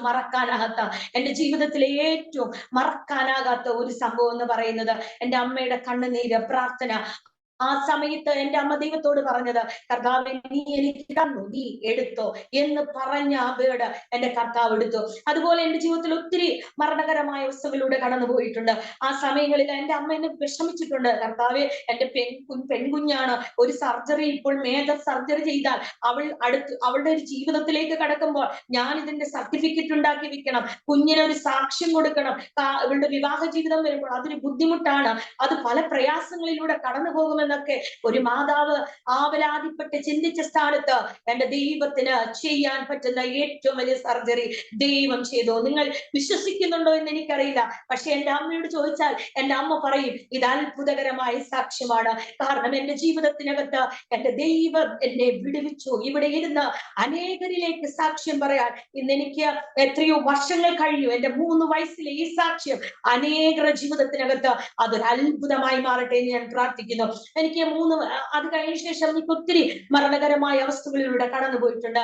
എനിക്ക് ന്യൂമോണിയ വന്ന് ഏറ്റവും ഹൈ ന്യൂമോണിയ വന്നിട്ട് ശ്വാസം മുട്ടി എന്റെ കണ്ണൊക്കെ തെള്ളി വല്ലാത്ത അവസ്ഥയില് കൊട്ടാരക്കര ഗവൺമെന്റ് ഹോസ്പിറ്റലിനകത്ത് എന്നെ അമ്മയായിട്ട് എടുത്തോടുമ്പോൾ ഡോക്ടർമാര് പറഞ്ഞു പ്രതീക്ഷ കൈവിട്ടു, ഓക്സിജൻ വെക്കണം, അതിനുള്ള സമയം കഴിഞ്ഞു, നിങ്ങൾ എന്താ ചെയ്യാന്ന് അറിയില്ല. എന്റെ അമ്മ എന്നെ എടുത്ത് ഇതേപോലെ തന്നെ കയ്യിലോട്ട് എടുത്തു വെച്ചിട്ട് അമ്മ പ്രാർത്ഥിച്ചു, കർത്താവേ എനിക്ക് തന്ന കുഞ്ഞാണ്, ദൈവം അതിനകത്ത് അത്ഭുതം ചെയ്യണമേ എന്ന് പ്രാർത്ഥിച്ചു. ആ സമയത്ത് ഞാൻ പറയട്ടെ, എന്റെ അമ്മയുടെ മുഖത്തേക്ക് ഞാൻ ഛർദ്ദിക്കാണ്ട് പോണമിടയായി. ദൈവത്തിന്റെ അത്ഭുതകരം ഇന്ന് വരെ കർത്താവ് താങ്ങിയതിനായി ഞാൻ നന്ദി പറയുന്നു. അന്ന് ദൈവം എന്നെ വിടുവിച്ചു മരണകരമായ അവസ്ഥകളിൽ നിന്ന്. ഇന്ന് ഞാൻ ഇത് പറയുമ്പോൾ ഞാൻ ഇവിടെ ഇരിക്കുന്നത് ഏറ്റവും വലിയ സന്തോഷകരമാണ്. കാരണം എന്റെ ജീവിതത്തിൽ എനിക്ക് പറയാൻ പറ്റും, I am a miracle person. ഞാനൊരു അത്ഭുത ശിശുവാണ്. മിറക്കിളാണ്, അത്ഭുതമാണ്. കാരണം അങ്ങനെ ഒരു സാഹചര്യത്തിൽ നിന്ന് ഒരിക്കലും പുറത്തു വരാത്ത സാഹചര്യത്തിൽ അല്ലെങ്കിൽ മരണപ്പെട്ടു പോകേണ്ട ഒരു മേഖലയ്ക്കകത്ത് മിറക്കിൾ കർത്താവ് തന്നെങ്കിൽ ഒരു തുറന്നിരിക്കുന്ന പിന്നിന്, താഴോട്ട് കിടന്ന പിന്നിന് എന്റെ ദൈവം ഒരു സ്ഥലത്ത് പോലും കൊള്ളാതെ ഒരു 3 വയസ്സുള്ള ഒരു കുഞ്ഞിനെ നിങ്ങളൊന്ന് മനസ്സിലേക്ക് എടുത്തു നോക്കി എത്ര കാണും. ഞാൻ വളരെ ചെറുതായിരുന്നു. ആ സമയങ്ങളിൽ ദൈവം ചെയ്ത വലിയ അത്ഭുതം എന്റെ ലൈഫിൽ അങ്ങനെ ഒത്തിരി സംഭവങ്ങളിലൂടെ ഞാൻ കർത്താവ് ഇവർ ചോദിച്ചു മേടിച്ചതായതുകൊണ്ട് ഒത്തിരി പ്രതിസന്ധിയിലൂടെ മരണകരമായ അവസ്ഥ കണ്ടുപോകാൻ എന്റെ ദൈവം എന്നെ സഹായിച്ചു. മരണത്തിന്റെ മുന്നിൽ നിന്ന് ദൈവം എന്നെ വിടുവിച്ചു. ഞാൻ 7ാം ക്ലാസ്സിൽ എങ്ങാണ്ട് പഠിച്ചുകൊണ്ടിരിക്കുമ്പോൾ 7ാം ക്ലാസ്സിൽ പഠിക്കുന്ന സമയത്താണ് എനിക്ക് 8ാം ക്ലാസ്സിലാണെന്ന് തോന്നുന്നു, 8-10 ആ ടൈമിങ്ങിലാണ് ഞങ്ങള് അന്നത്തെ ക്യാൻറ്റീന ഓർമ്മയുണ്ടെന്ന് തോന്നുന്നു. നമ്മുടെ പണ്ട കാലത്തെ ആന്റീന ഇങ്ങനെ കമ്പിയിൽ ഇങ്ങനെ ഓരോ കമ്പിയായിട്ട് ആ ആന്റീന. അന്ന് മഴയാണ്. എന്റെ അമ്മയും അച്ഛനോട് ഞായറാഴ്ച ആരാധന കഴിഞ്ഞിട്ട് ഒരു കല്യാണത്തിന് പോവാ. അപ്പൊ എന്റെ രണ്ടാമത്തെ ആങ്ങളെയും അതേപോലെ തന്നെ അച്ഛന്റെ പെങ്ങളുടെ മകനും അവിടെ ഉണ്ട്. അപ്പൊ അന്ന് ഈ കറണ്ട് പോകുമ്പോ ഈ ആന്റീനെ തിരിച്ചാൽ മാത്രമേ നമുക്ക് TV കാണാൻ പറ്റുള്ളൂ. അപ്പം എന്നെ പറഞ്ഞു വിടും, മോളെ നീ പോയി തിരിക്കുക. അപ്പൊ ഈ ആന്റീനെ കിടക്കുന്നിടത്ത് മുഴുവൻ വെള്ളം കിടന്നപ്പം ഞാൻ തിരിക്കാൻ പോയപ്പോ ഈ 2 കൈയും കൂടി ഇങ്ങനെ അങ്ങോട്ട് പിടിച്ചു കഴിഞ്ഞപ്പോഴത്തേന് സംഭവം മനസ്സിലായി, അർത്ഥടിച്ചു. ഞാൻ കറങ്ങി ഞാൻ ഒരൊറ്റ ഒച്ച വെച്ചു, കറങ്ങി ഞാൻ താഴെ ഇരുന്നിട്ട് ഇതിന് വിടുന്നില്ല. ആങ്ങളയ്ക്കും ചേട്ടനും എന്താ ചെയ്യണ്ടേന്ന് അറിയത്തില്ല. അവര് വല്ലാത്ത പരിഭ്രമമായി. കാരണം വീട്ടിൽ അച്ഛനില്ല, അമ്മയില്ല, ഞങ്ങള് കൊച്ചിനെ പറഞ്ഞു വിട്ടല്ലോ. അവര് അവർക്ക് എന്ത് ചെയ്യണമെന്ന് അറിയാം. പെട്ടെന്ന് ഒരു ബുദ്ധി എന്റെ രണ്ടാമത്തെ ആങ്ങളയ്ക്ക് തോന്നിയിട്ട് ഓടിപ്പോയി ആള് മെയിൻ സ്വിച്ച് ഓഫ് ചെയ്തപ്പോഴത്തേനും എന്റെ കറണ്ടുമായിട്ടുള്ള ബന്ധം വിട്ടു. 1 മിനിറ്റ് ഞാൻ 1.5 മിനിറ്റോളം ഈ കറണ്ടുമായിട്ടാണ് ഞാൻ അതിനകത്തിരുന്നത്. ആ മൊമെന്റിൽ തന്നെ ഞാൻ മരിച്ചു പോകേണ്ടതാ. പക്ഷെ കർത്താവ് എർത്തടിച്ചെങ്കിലും കർത്താവ് എന്റെ ദൈവം എന്നെ അവിടുന്ന് വിടുവിച്ചു. അവര് പേടിച്ചു, എന്റെ ശരീരത്തിലെ രക്തം കട്ട പിടിക്കുവോ, കുഞ്ഞ് മരിച്ചു പോവോ എന്നൊക്കെ വിളിച്ച് ഓടി വന്ന് എന്നെ എടുത്തുകൊണ്ട് വന്ന് കാലൊക്കെ തിരുമി വിളിച്ച് ഞങ്ങൾ ഡോക്ടറെ അടുത്തേക്ക് പോയി. ഡോക്ടർ ഒരു കുഴപ്പവും ഇല്ല എന്ന് പറഞ്ഞ് എന്നെ വിടാൻ തക്കവണ്ണം ഇടയായി. ഇങ്ങനെ മരണത്തിന്റെ അനേക അവസ്ഥകളിൽ നിന്ന് എന്നെ ദൈവം വിടുവിച്ചു. ഞാൻ പറയട്ടെ, ഞങ്ങള് മാർത്തോമ വിശ്വാസത്തിലായിരുന്നല്ലോ. ആ മാർത്തോമ വിശ്വാസത്തിൽ നിന്ന് ഞങ്ങള് എലഞ്ഞിയിലേക്ക് വന്നു. എലഞ്ഞി വന്നപ്പോഴാണ് എന്റെ മാതാവ് പെന്തക്കോസ്ത് വിശ്വാസത്തിലേക്ക് ചുവടെടുത്ത് വെച്ചത്. ആ സമയത്ത് എന്റെ പിതാവിന് എതിർപ്പായി. ഞങ്ങൾ 3 മക്കളും കൂടി മാതാവിന്റെ കൂടെ ഞങ്ങൾ ആരാധനയ്ക്ക് പോകും. ആ സമയത്ത് ഞാൻ 11 വയസ്സുണ്ട്. 1995 കാലയളവിലാണ്. 10-11 വയസ്സുണ്ട്. ഞാനൊരു ചെറിയ കമ്മൽ അന്നിട്ടിട്ടുണ്ട്. എന്റെ അമ്മ കമ്മൽ ഊരി ആഭരണമെല്ലാം ഊരി പെന്തക്കോസ്തിലേക്ക് വന്നു. അപ്പൊ എന്റെ അച്ഛൻ എതിർപ്പായി. ഈ കുഞ്ഞിനെയും എന്റെ കുഞ്ഞിനെയും കൂടി നീ ഇതിനകത്തേക്ക് കൊണ്ടുപോവുകയാണോ എന്നൊക്കെ ചോദിച്ചിട്ട് ഭയങ്കര ബുദ്ധിമുട്ട് പ്രയാസങ്ങളും ഒക്കെ തുടങ്ങി. പക്ഷെ ഞങ്ങൾ ആ 3 പേരും എന്റെ അമ്മയുടെ കൂടെ ഞങ്ങൾ യാത്ര പുറപ്പെട്ടു. ഒരു ദിവസം ഞാൻ പ്രാർത്ഥനയും ആരാധനയും ഒക്കെ കഴിഞ്ഞിട്ട് വന്നിട്ട് ഒരു ഞായറാഴ്ചയാണെന്ന് തോന്നുന്നു, അമ്മ എന്തോ ജോലി ചെയ്യുക അടുക്കളയിൽ ഇരുന്ന്. അപ്പൊ ഞാൻ എന്റെ മാതാവിനോട് പറഞ്ഞു, അമ്മ ഞാന് അമ്മ വിശ്വാസത്തിൽ വന്നു, അമ്മ ആഭരണം ഊരിയിട്ടും അമ്മ ഭയങ്കര സുന്ദരിയാ, അതുകൊണ്ട് എനിക്ക് ഇന്ന് അവിടെ പ്രാർത്ഥന കഴിഞ്ഞ് വന്നപ്പോ എന്നോട് എന്റെ മനസ്സ് പറയുകയാണ് എന്റെ ആഭരണമൊക്കെ ഊരാൻ, ഞാൻ യേശുപ്പത്തിന് വേണ്ടി സമർപ്പിക്കാന്ന് പറഞ്ഞിട്ട് എന്റെ ആഭരണം എല്ലാം ഊരി. അപ്പൊ മറുവശത്ത് എന്റെ പിതാവ് ഇത് കേട്ടോണ്ട് കിടക്കുക. കാരണം ഏറ്റവും കൂടുതൽ ജീവൻ എന്നെയാ, ആൻസിമോളെ എന്ന് വിളിക്കുക, എന്നെ ഒരു തല്ല് തല്ലിയിട്ടില്ല. എന്ത് കാര്യത്തിനും എന്ത് കാര്യത്തിനും എന്റെ ആങ്ങളമാരുടെ റെക്കമെൻഡേഷന് ഞാനാണ്. കാരണം എന്റെ അപ്പന്റെ അടുത്ത് കൂടുതൽ ചെല്ലാന് എന്ത് കാര്യം പറഞ്ഞ് മേടിക്കാനും ഒക്കെ ഞാനാണ് ചെല്ലുക. അപ്പം അപ്പന് ഞാൻ ആ വേർഡ് പറഞ്ഞപ്പോ അകത്ത് കിടന്ന അപ്പന്റെ കണ്ണ് നിറഞ്ഞു. പിറ്റേ ഞായറാഴ്ച ഞങ്ങൾ ആരാധനയ്ക്ക് പോകുമ്പോ ഞങ്ങൾ 3 പോകുന്ന പുറകിൽ 4 പോകുന്ന പുറകിൽ എന്റെ പിതാവ് ഞങ്ങളുടെ പുറകെ വന്നു. ഞങ്ങൾ ചെല്ലുന്ന ബസ്സിൽ കയറി, ഞങ്ങൾ ചെന്നിറങ്ങുന്ന സ്ഥലത്തിറങ്ങി, എന്നിട്ട് ഞങ്ങളുടെ കൂടെ ആരാധനയ്ക്ക് വന്ന് അവിടെ ഇരിക്കാൻ ഇടയായി. അങ്ങനെയാണ് എന്റെ പിതാവ് വിശ്വാസത്തിലേക്ക് വന്നത്. അങ്ങനെ ഞങ്ങൾ 5 പേരും വിശ്വാസത്തിൽ വന്നു. ഞങ്ങൾ സ്നാനപ്പെട്ടു. എന്റെ ചെറുപ്പത്തിൽ തന്നെ എനിക്ക് അഭിഷേകം പ്രാപിക്കാൻ ദൈവം കൃപ തന്നു. അപ്പൊ എനിക്ക് തോന്നുന്നു 11 വയസ്സിൽ ഞാൻ 1995-96 കാലയളവിനകത്ത് ഞാൻ സ്നാനപ്പെട്ടു. ഏറ്റവും 11 വയസ്സിൽ സ്നാനപ്പെടാൻ തക്കോണം ദൈവം എനിക്ക് ഭാഗ്യം തന്നു. ഒരു 7ാം ക്ലാസ് 8ാം ക്ലാസ്സിൽ പഠിക്കുമ്പോൾ ഞാൻ അഭിഷേകം പ്രാപിച്ചു. അങ്ങനെ ദൈവസന്നിധിയിൽ നിൽക്കാൻ ഇടയായി തീർന്നു. അങ്ങനെ ഞാൻ 10ാം ക്ലാസ് വിദ്യാഭ്യാസം കഴിഞ്ഞു. +1ഉം +2ഉം പഠിച്ചു കഴിഞ്ഞിട്ട് ഇനി എന്ത് പോകും? അപ്പൊ എന്നോട് കർത്താവിന്റെ എല്ലാ ദൈവദാസന്മാരും വന്ന് പറയും, നീ കർത്താവിന്റെ വേലയ്ക്കുള്ളതാണ്, ജോലിക്ക് കർത്താവിന്റെ വേല ചെയ്യും. അങ്ങനെയൊക്കെ ഞാൻ ഒത്തിരി ആലയത്തിനകത്ത് ഞാൻ ഒത്തിരി വർക്ക് ചെയ്തിട്ടുണ്ട്. എന്ന് വെച്ചാൽ ദൈവരാജ്യത്തിന് വേണ്ടി നിന്നിട്ടുണ്ട്. ആലയം എന്ന് പറഞ്ഞാൽ ഞങ്ങളുടെ IPC ചർച്ച് പെരുവേലായിരുന്നപ്പോൾ ഞാൻ എപ്പോഴും അവിടുത്തെ 40 ദിവസത്തെ ഉപവാസ പ്രാർത്ഥന, 21 ദിവസത്തെ ഉപവാസ പ്രാർത്ഥന, എപ്പോഴും ദൈവദാസന്മാരെ അവരുടെ ഡ്രസ്സ് കഴുകുക, അല്ലെങ്കിൽ അവിടെ പ്രസംഗിക്കാൻ വരുന്നവർക്ക് ചായ ഇടുക, ചർച്ചിനകത്ത് വേണ്ടതെല്ലാം അന്നത്തെ കാലഘട്ടത്തിനകത്ത് എനിക്ക് ഏറ്റവും കൂടുതൽ സ്പെൻഡ് ചെയ്തത് ഞാൻ ചർച്ചിനകത്ത്. അതെന്റെ ഏറ്റവും വലിയൊരു ഭാഗ്യമാണ്. കർത്താവിന്റെ ദാസന്മാര്, ബാവുച്ചനെയും പാസ്റ്റർ, ഇങ്ങനെയുള്ള ഒത്തിരി ദൈവദാസന്മാരുടെ മെസ്സേജുകൾ കേൾക്കാനും അവർക്ക് വചനം വായിച്ച് പെട്ടെന്ന് വചനം വായിക്കാനും ഒക്കെ ദൈവം എനിക്ക് കൃപ തന്നു. ആ സമയങ്ങളിലൊക്കെ ഈ സുവിശേഷത്തിന്റെ കർത്താവിന്റെ വേല ചെയ്യണമെന്നുള്ളൊരു കൊതി അന്ന് അകത്ത് ഭയങ്കരമായിട്ടുണ്ടായിരുന്നു. അങ്ങനെ ഇരിക്കുന്ന സമയത്താണ് ഞാൻ കർത്താവിനോട് പറഞ്ഞു, കർത്താവേ, എനിക്ക് പ്രവാചകന്മാരിലൂടെ കേൾക്കുന്നത് ഞാൻ 100% പ്രവചനത്തെയും പ്രവചന ശബ്ദത്തെയും ഞാൻ അംഗീകരിക്കുന്നു. ഞാൻ ആ ശബ്ദത്തെ ഞാൻ ശ്രവിക്കാൻ ആഗ്രഹിക്കുകയും ചെയ്യുന്ന ആളാണ്. പക്ഷെ എനിക്കൊരു നിർബന്ധമുണ്ട്, കർത്താവിനോട് വ്യക്തിപരമായി ഇടപെടണം. ആ ഒരു വ്യക്തിപരമായ ഇടപെടിയിൽ ഞാൻ ചെറുപ്പം മുതലേ കർത്താവിനോട് ചോദിച്ചു വാങ്ങിയതാ, കർത്താവെ, എനിക്ക് വ്യക്തിപരമായി കർത്താവിനോട് സംസാരിക്കണം. ഒരാൾ പറഞ്ഞിട്ട് വേണ്ട കർത്താവിന്റെ വേല ചെയ്യുന്നത്. അങ്ങനെ ഞാൻ 3 ദിവസം ഫാസ്റ്റിംഗ് ഇരുന്നു. അന്ന് കർത്താവിന്റെ ശബ്ദം കേട്ടു, മറിയ നല്ല അംശം തെരഞ്ഞെടുത്ത പോലെ നീ നല്ല അംശം തെരഞ്ഞെടുക്കുക. അങ്ങനെ കർത്താവിനോട് വ്യക്തിപരമായി ഇടപെട്ടു. അങ്ങനെ ഞാൻ +2 കഴിഞ്ഞിട്ട് നേരെ ബൈബിൾ കോളേജിലേക്ക് പഠിക്കാൻ പോയി. 3 വർഷം ന്യൂ ഇന്ത്യ ബൈബിൾ സെമിനാരി പായിപ്പാട് അവിടെ പഠിക്കുവാൻ തക്കോണം ഇടയായി. 18, 19, 20 വയസ്സായിരുന്നു എനിക്ക് തോന്നുന്നു. 19 വയസ്സിലാണ് ഞാൻ പഠിക്കാൻ പോയത്. First year. സെക്കൻഡ് ഇയർ ആയപ്പോഴത്തേക്കും എനിക്ക് വിവാഹാലോചന വന്നു കഴിഞ്ഞപ്പം എനിക്ക് കംപ്ലീറ്റ് ചെയ്യാൻ പറ്റുമെന്നൊന്നും എനിക്കറിയുന്നില്ല. ആകെ ഒരു വിഷമമായിരുന്നു. അങ്ങനെ ഈ 19ാം വയസ്സിനകത്താണ് ഞാൻ 20 വയസ്സിലേക്ക് കയറിയ സമയത്ത് എനിക്ക് വിവാഹാലോചന വരികയും, വിവാഹത്തോടുള്ള ബന്ധത്തിൽ ഞാൻ വിചാരിച്ചു എന്റെ പഠനം കംപ്ലീറ്റ് ചെയ്യാൻ പറ്റില്ല എന്ന് വിചാരിച്ച സ്ഥാനത്ത് എനിക്ക് 3ാം വർഷവും ദൈവം അത് പഠിക്കാനുള്ള ദൈവം കൃപ ചെയ്തു. എന്റെ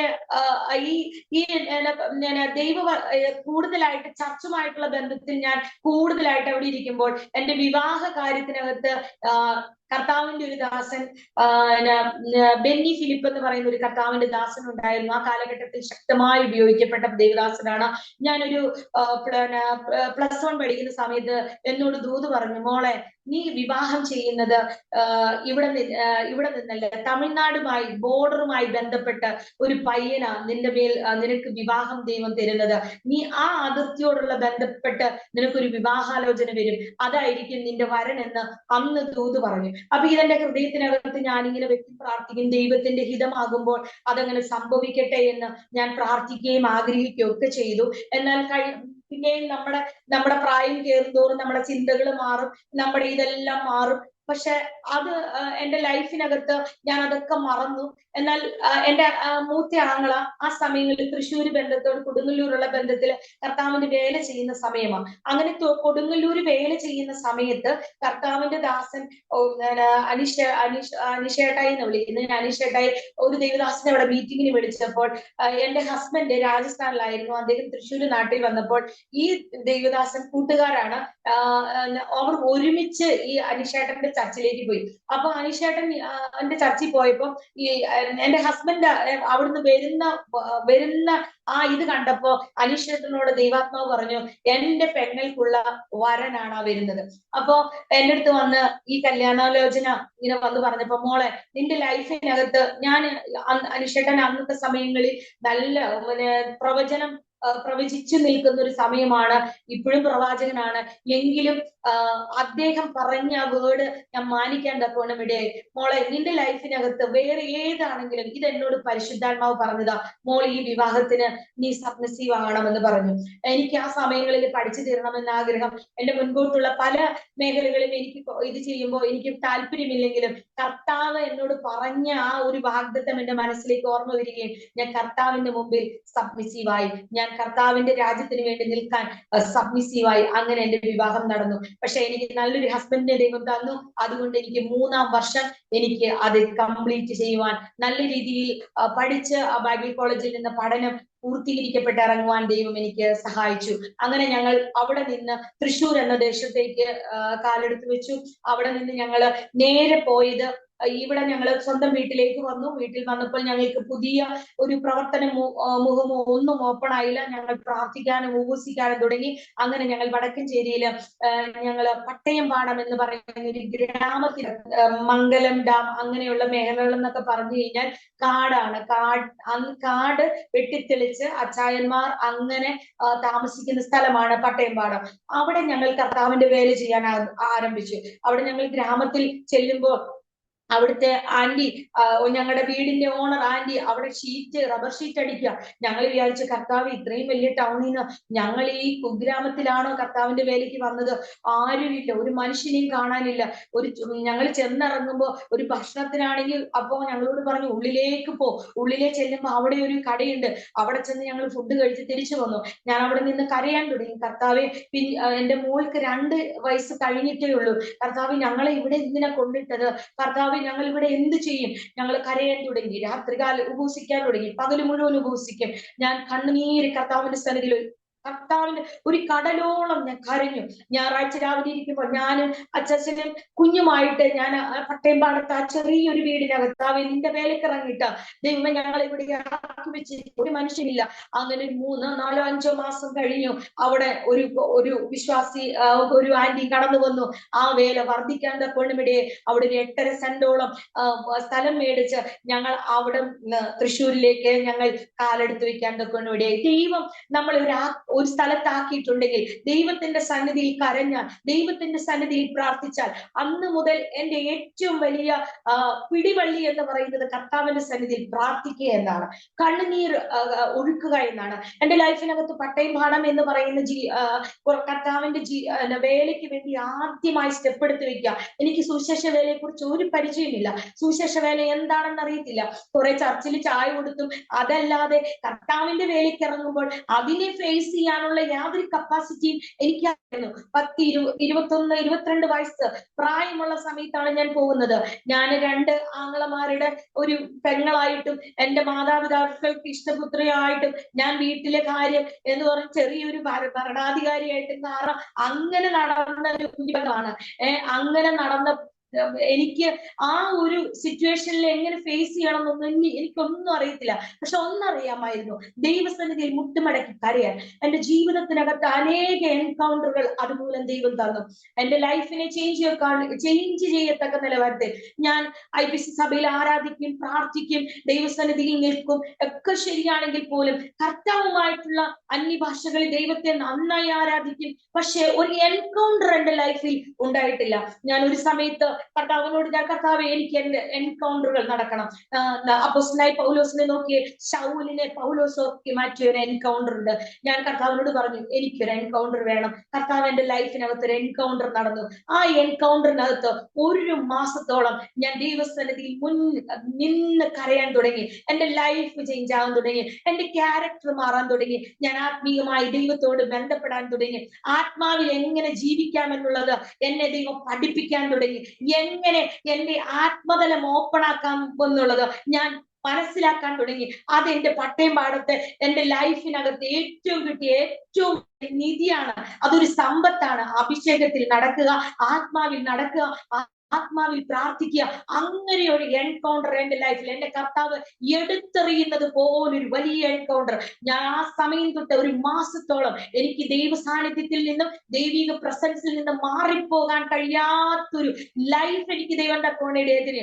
ഉറങ്ങുമ്പോൾ പോലും ദൈവ സാന്നിധ്യം അനുഭവിക്കുന്ന, ദൈവത്തെ തൊട്ടറിയുന്ന ലെവലിൽ കർത്താവ് എന്നെ ആ ഒരു ഭയങ്കര ചേഞ്ച് എന്റെ ലൈഫിനകത്ത് നടന്നു. അതെന്റെ മിനിസ്ട്രിയെ മാറ്റി, എന്റെ ജീവിത രീതിയെ മാറ്റി, എന്റെ പേടികളെ മാറ്റി. എനിക്ക് സംസാരിക്കാൻ ദൈവം കൃപ തന്നു, അഭിഷേകം തന്നു. എന്റെ പല ചോദ്യങ്ങൾക്കും, എന്റെ പല കാര്യങ്ങൾക്കും എന്റെ ജീവിതത്തെ മാറ്റിമറിക്കാൻ എന്റെ കർത്താവ് ആ എൻകൗണ്ടറിലൂടെ നടന്നു. ആ ഒരു വലിയ ഭാഗ്യമായി ഞാൻ കാണുന്നു.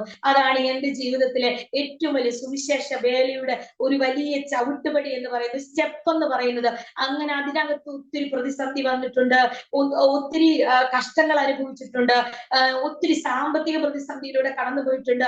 അവിടെയെല്ലാം തമ്പുരാൻ ഇറങ്ങി വന്ന് നിൽക്കുന്നത് എന്റെ ലൈഫിനകത്ത് എനിക്ക് കാണുവാൻ, ഞങ്ങളുടെ കുടുംബ ജീവിതത്തിനകത്ത് ഞങ്ങൾക്ക് കാണുവാൻ ദൈവം സഹായിച്ചു. ഞങ്ങള് അവിടുന്ന് കർത്താവേലിൽ നിന്ന് ഞങ്ങൾ തൃശ്ശൂരിലേക്ക് ഞങ്ങൾ ഇവിടെ മടങ്ങി വന്ന് ഞങ്ങള് കുറെ നാള് വെയിറ്റ് ചെയ്തു. കർത്താവ് ഇനി എന്താണ് മുന്നോട്ടുള്ള ദൈവശബ്ദം? അങ്ങനെയാണ് ഞങ്ങൾ തൃശ്ശൂരില് കർത്താവ് വ്യക്തമായ ഒരു ഗൈഡൻസ് തന്ന് ഞങ്ങൾ തുടങ്ങാൻ തക്കോണം ഇടയായത്. കർത്താവിന്റെ വേലയില് ഞങ്ങൾ അവിടെ ആയിരിക്കാൻ ഇവിടെ തൃശ്ശൂർ പട്ടണത്തില് ഞങ്ങളൊരു ഹാൾ എടുത്തു. ആദ്യം ഞങ്ങൾ ഒല്ലൂരിൽ നിന്ന് കഴിഞ്ഞ ശേഷം ഞങ്ങളെ ദൈവം ടൗണിലേക്ക് കൊണ്ടുപോയി. ടൗണിൽ കർത്താവിന്റെ വേലയോടുള്ള ബന്ധത്തിൽ ഞങ്ങൾ ശക്തമായി ദൈവത്തെ ആരാധിക്കുകയും പ്രാർത്ഥിക്കുകയും ചെയ്തുകൊണ്ടിരിക്കുന്നു. നമ്മുടെ ജീവിതത്തിനകത്ത് ദൈവം ഓരോ സ്റ്റെപ്പ് നമ്മുടെ ലൈഫിനകത്ത്, എന്റെ ജീവിതത്തിനകത്ത് കർത്താവുമായിട്ടുള്ള അഭേദ്യ ബന്ധത്തിലേക്കും പ്രാർത്ഥന ലൈഫിലേക്കും എന്നെ ദൈവം തൃശ്ശൂര് വന്നപ്പോൾ എന്നെ പ്രാർത്ഥന ലൈഫിലേക്ക് കർത്താവ് കൊണ്ടുവന്നു. മണിക്കൂറുകൾ കർത്താവിന്റെ സന്നിധിയിൽ രാത്രികാലങ്ങളിൽ ഇരിക്കാൻ, അനേക വിഷയങ്ങൾക്ക് വേണ്ടി പ്രാർത്ഥിക്കാൻ, ദേശത്തെക്കുറിച്ചുള്ള വെളിപ്പാട്, വരാൻ പോകുന്ന വ്യക്തികളെ കുറിച്ചുള്ളത്, സംഭവിക്കാൻ പോകുന്ന കാര്യങ്ങളൊക്കെ പ്രാർത്ഥന ലൈഫിൽ എന്റെ ജീവിതത്തിനകത്ത് കർത്താവ് മുൻകൂട്ടി കാണിച്ചു തരാൻ കർത്താവ് ഇടയാക്കി. ഞാനൊന്ന് പറയട്ടെ, നമ്മുടെ ലൈഫിനകത്ത് ഏറ്റവും വേണ്ടത് നമുക്ക് പ്രാർത്ഥന ലൈഫാണ്. നമ്മുടെ ജീവിതം കർത്താവുമായിട്ടുള്ള ഒരു ബന്ധത്തിൽ കൊണ്ടുപോകുന്നത് പ്രാർത്ഥനയാണ്. അനേകർക്ക് വേണ്ടി പ്രാർത്ഥിക്കാൻ ദൈവം എന്നെ ആക്കി വെച്ചിരിക്കുന്നതിനായി ഞാൻ ദൈവത്തിന് നന്ദി പറയുന്നു. എന്റെ ലൈഫിന്റെ എൻകൗണ്ടർ നടന്ന അന്ന് മുതൽ പ്രാർത്ഥന ലൈഫ് എന്നെ സ്റ്റാർട്ട് ചെയ്യാൻ തക്കോണം ഇടയായി. പലപ്പോഴും പല പ്രതിസന്ധികളിലൂടെ ഈ പ്രാർത്ഥനയെ തടയാൻ പല മേഖലകൾ നോക്കിയിട്ടുണ്ട്. എങ്കിലും ദൈവം എന്നെ അതിനകത്ത് നിർത്തിയതിനായി ഞാൻ ദൈവത്തിന് നന്ദി പറയുന്നു. എന്റെ കർത്താവ് എത്ര വലിയവനാണ്, എത്ര ശ്രേഷ്ഠനാണെന്ന് ഈ ദിവസങ്ങളിൽ എനിക്ക് മനസ്സിലാക്കാൻ തക്കോണമിടെ. ഞങ്ങളുടെ ജീവിതത്തിൽ ഞങ്ങള് ഈ തൃശ്ശൂർ വന്നു കഴിഞ്ഞപ്പോൾ എന്റെ ലൈഫിനകത്ത് ഒത്തിരി രോഗങ്ങളിലൂടെ ഞാൻ കടന്നു പോകാൻ തക്കോണമിടെ. ഞാൻ രോഗങ്ങളിൽ ഒത്തിരി പ്രതിസന്ധികൾ എനിക്ക് വന്നു. ഞാൻ പ്രാർത്ഥിക്കാൻ ഒരു ആളുകൾക്ക് ശേഷം പ്രാർത്ഥന കണ്ടിന്യൂസ് 2 മണി തൊട്ട് ഇങ്ങനെ പ്രാർത്ഥിച്ചു കൊണ്ടിരിക്കുമ്പോൾ അത് കഴിഞ്ഞ് എനിക്ക് പെട്ടെന്നൊരു പെയിൻ ഈ ഭാഗത്ത് ഇങ്ങനെ വരാൻ തക്കോണം ഇടയായി. പെയിൻ വന്നിട്ട് എനിക്ക് വല്ലാതെ 2020 ടൈമിങ്ങളിൽ എനിക്ക് ഒരു പെയിൻ വന്നു കഴിഞ്ഞ ശേഷം എനിക്ക് ഒട്ടും ആ പെയിൻ സഹിക്കാൻ പറ്റാത്ത പെയിനാണ്. ഞാൻ വിചാരിച്ച തലവേദനയാണെന്ന്. ഞാൻ കൊണ്ടുപോയി പല്ലിന്റെ ഡോക്ടറെ കാണിച്ചു. പല്ലിന്റെ ഡോക്ടർ പറഞ്ഞു ഇവിടുത്തെ ഒരു തേയ്മാനമാണ്, അത് വേദന വരും. ഞാൻ കുറെ മെഡിസിൻസ് കഴിച്ചു, പെയിൻ കില്ലേഴ്സ് കഴിച്ചു. എനിക്ക് പെയിൻ കില്ലേഴ്സ് കഴിക്കും, വേദന മാറും, എനിക്ക് നിൽക്കാൻ പറ്റാത്ത അവസ്ഥ വന്നു. ഓരോ വർഷവും അത് ഫെബ്രുവരി മാസം അതേപോലെ തന്നെ ഡിസംബർ മാസം ഈ കാലയളവിലാണ് എനിക്ക് വേദന വന്നു തുടങ്ങുക. വേദന വന്നു കഴിഞ്ഞാൽ എനിക്ക് ഒട്ടും നിൽക്കാൻ പറ്റത്തില്ല, എന്റെ കൺട്രോൾ പോവും, എനിക്ക് ഓടണോ നിൽക്കണോ എന്താന്ന് അറിയത്തില്ല, ഒരു പ്രത്യേക അവസ്ഥ എന്ന് വെച്ചാൽ മരിച്ചു കളയാൻ തോന്നുന്ന ലെവലിലുള്ള ഒരു വേദനയാണ് ആ പെയിൻ വരിക. ഞാൻ അങ്ങനെ 20-21 ഞങ്ങൾ അങ്ങനെ ഈ പെയിൻ വരി കഴിക്കും, അത് പല്ലിന്റെ ആണെന്ന് പറഞ്ഞ് അങ്ങനെ വെച്ചു. 2022 എനിക്ക് ഈ പെയിൻ വന്നു. 2022 പെയിൻ വന്നപ്പോ ഞാൻ ഇനി വെച്ചുകൊണ്ടിരിക്കേണ്ട എന്ന് പറഞ്ഞിട്ട് ഡോക്ടർ പറഞ്ഞു ഒരു MRI എടുക്കാം. MRI എടുത്തു കഴിഞ്ഞപ്പോൾ ഞാൻ പ്രാർത്ഥിച്ചു, കർത്താവ് എന്റെ ദൈവം എനിക്ക് ദോഷമായിട്ടൊന്നും ചെയ്യത്തില്ല, എന്റെ ദൈവം എനിക്ക് ദോഷമായിട്ടൊന്നും ചെയ്യത്തില്ല. ഞാൻ പോയി MRI സ്കാനിന് വേണ്ടി കയറി. MRI കഴിഞ്ഞ് പുറത്തിറങ്ങുമ്പോൾ അതിന്റെ റിസൾട്ട് പിറ്റേ ദിവസം വന്നപ്പോ നമ്മുടെ ഈ ഫേസിൽ നമുക്കൊരു ട്രൈജെമിനൽ നെർവ് എന്ന് പറയുന്ന ഒരു നെർവ് ഉണ്ട്. ആ നെർവ് നമ്മുടെ ഇങ്ങനെ നേരെ ആണെങ്കിൽ അതിന്റെ അടിയിൽ ഒരു വെയിൻ ഉണ്ട്. അപ്പൊ ഈ നെർവ് ഇങ്ങനെ പോകുമ്പോൾ ഈ വെയിനിൽ വന്നിട്ട് ഇങ്ങനെ ടച്ച് ചെയ്യും.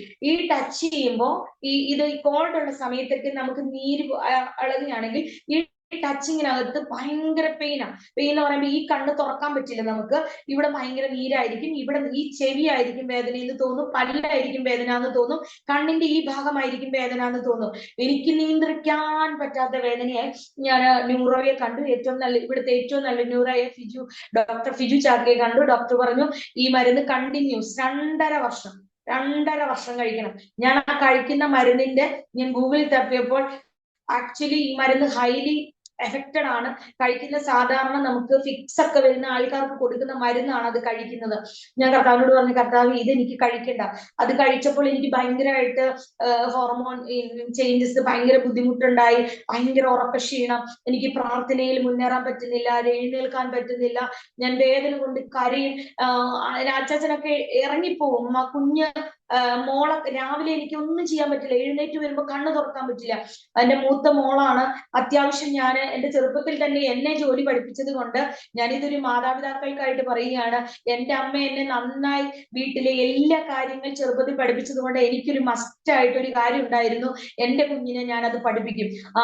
ഞങ്ങളെ 2 കുഞ്ഞുങ്ങളെയും ഞാൻ അത്യാവശ്യം എല്ലാ കാര്യങ്ങളും ചെറുപ്പത്തിൽ തന്നെ പഠിപ്പിക്കാൻ തക്കവണ്ണം ഇടയായി.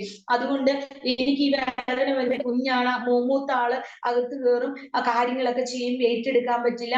ആ സമയത്ത് അച്ഛൻ ഇറങ്ങി ഓടും. എന്റെ ഈ വേദന കാണാൻ നിൽക്കാതെ ഞാൻ നിലവിളിച്ച് കരയും, കർത്താവ് എനിക്കിത് പറ്റത്തില്ല. 2-3 മാസം ഇങ്ങനെ ഇരുന്ന് എനിക്ക് ഉറങ്ങാൻ പറ്റുള്ളൂ, കിടക്കാൻ പറ്റില്ല. രാത്രിയിൽ ഞാൻ 2 മാസത്തോളം ഇങ്ങനെ തലാണ ചാരി വെക്കും, എന്നിട്ട് സെറ്റിയിൽ ഇരുന്നിട്ട് ഞാൻ ഉറങ്ങുക എന്ന് പറഞ്ഞു കഴിഞ്ഞാൽ ഉറങ്ങാൻ പറ്റില്ല. ആ ഉറങ്ങുന്ന 2 മണിയാകുമ്പോഴത്തേന് പെയിൻ വരുമ്പോൾ ഞാൻ നിലവിളിച്ച് കരയും. ഞാൻ ആരെയും ശല്യം ചെയ്യില്ല, ഞാൻ അവിടെ ഇരിക്കും, ഞാൻ കർത്താവിന്റെ സന്നിധിക്കാരെയും. ഉറങ്ങാൻ പറ്റാതെ ഇരുന്നുറങ്ങുന്ന ഒരു അവസ്ഥ, കാല് നീട്ടി വെച്ചിട്ട് ഒരു 2-2.5 മാസം എനിക്ക് അങ്ങനെ ഉറങ്ങേണ്ടി വന്നു. ഭയങ്കര ബുദ്ധിമുട്ടായി. അപ്പം ഈ 2022 ജനുവരി മാസം ആണ് 2021 ഡിസംബറിൽ ഇത് വരുന്നു. 2022 ഒരു ഫസ്റ്റ് മാസങ്ങളിലോളം ജനുവരി ഫെബ്രുവരി നമ്മള് മാർച്ചില് വെയിൽ വരുമ്പോഴായിരിക്കും ഈ വേദന മാറുക.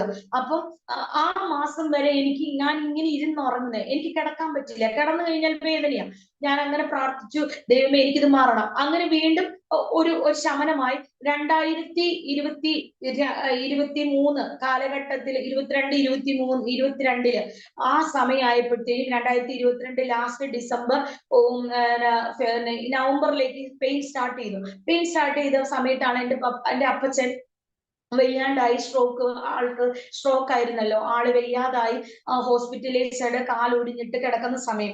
ആ സമയത്ത് എനിക്ക് അതിനൊരു 2 മാസം മുമ്പ് ഞാൻ എന്റെ ഹസ്ബൻഡിനോട് പറയും, എന്റെ അച്ഛനെ എനിക്ക് പോയി ഒരു 2 ആഴ്ച നോക്കണം. എനിക്ക് എന്റെ മനസ്സ് പറയുന്നു, അച്ഛാ എനിക്ക് എന്റെ അച്ഛനെ നോക്കാൻ പോകണം, എന്റെ അച്ഛനെ എനിക്ക് നോക്കണം, എനിക്ക് അച്ഛനെ ഒന്ന് ശുശ്രൂഷിക്കാൻ ഒരു അവസരം തരണം. അപ്പൊ അച്ഛൻ പറഞ്ഞു, നീ പൊക്കോ, 2 ആഴ്ച നീ എന്റെ അച്ഛന്റെ അടുത്ത് പൊക്കോ, അത് നിന്റെ ആഗ്രഹമല്ലേ, നീ പൊക്കോളാൻ പറഞ്ഞിട്ട് എനിക്കൊരു പെർമിഷൻ തന്നു.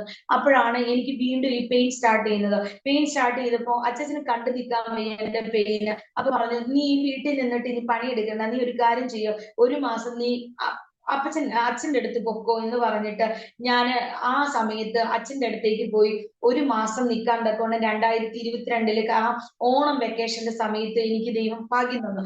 ആ സമയത്ത് ഞാൻ അവിടെ നിൽക്കുമ്പോ എന്റെ അച്ഛന് എന്റെ മനസ്സ് പറയാണ്, അച്ഛന്റെ കാര്യത്തിനകത്ത് അച്ഛൻ ഇങ്ങനെ വയ്യാതെ ആയിരിക്കുന്ന സമയമാണ്. ഞാന് എന്റെ അച്ഛന് വയ്യാലോ. ഓണ സമയത്ത് ഞങ്ങൾ പോയി വെക്കേഷൻ കഴിഞ്ഞ് തിരിച്ചു വന്നു കഴിഞ്ഞ ശേഷമാണ് എനിക്ക് ഈ വേദന വന്നത്. അപ്പം ഞാൻ ഓണം കഴിഞ്ഞിട്ട് ഞാൻ അമ്മയോട് പറഞ്ഞു, അമ്മ അച്ഛന് തീരെ വയ്യ, അമ്മ ഒത്തിരി ശ്രദ്ധിക്കണം, അച്ഛന്റെ അച്ഛനെ നമ്മള് ഒത്തിരി ശ്രദ്ധിക്കണം, ഇനി അച്ഛൻ എത്ര നാളുണ്ടാവും എന്ന് എനിക്കറിയത്തില്ല, അമ്മ ശ്രദ്ധിക്കണം എന്ന് പറഞ്ഞ് ഞാൻ അമ്മയ്ക്ക് ഭയങ്കര വിശ്വാസമായിരുന്നു അച്ഛൻ ഒത്തിരി നാളുണ്ടാവും. പക്ഷെ എന്റെ ആത്മാവിൽ ഇങ്ങനെ ഒരു സ്പാർക്ക് വരുന്ന പോലെ എനിക്ക് തോന്നി. അങ്ങനെ എനിക്ക് ഈ വേദനയായിട്ട് എന്റെ വീട്ടിലേക്ക് വിടുന്നു. വീട്ടിൽ വന്നിട്ട് ഞാൻ ആ വേദന സമയത്ത് എന്റെ അച്ഛൻ ഒരു കുഴപ്പമില്ല. ഞാൻ ആ സമയത്ത് ഈ വേദനയുടെ മരുന്ന് കഴിക്കും. മരുന്ന് കഴിച്ചു കഴിയുമ്പോൾ വേദന മാറുമല്ലോ.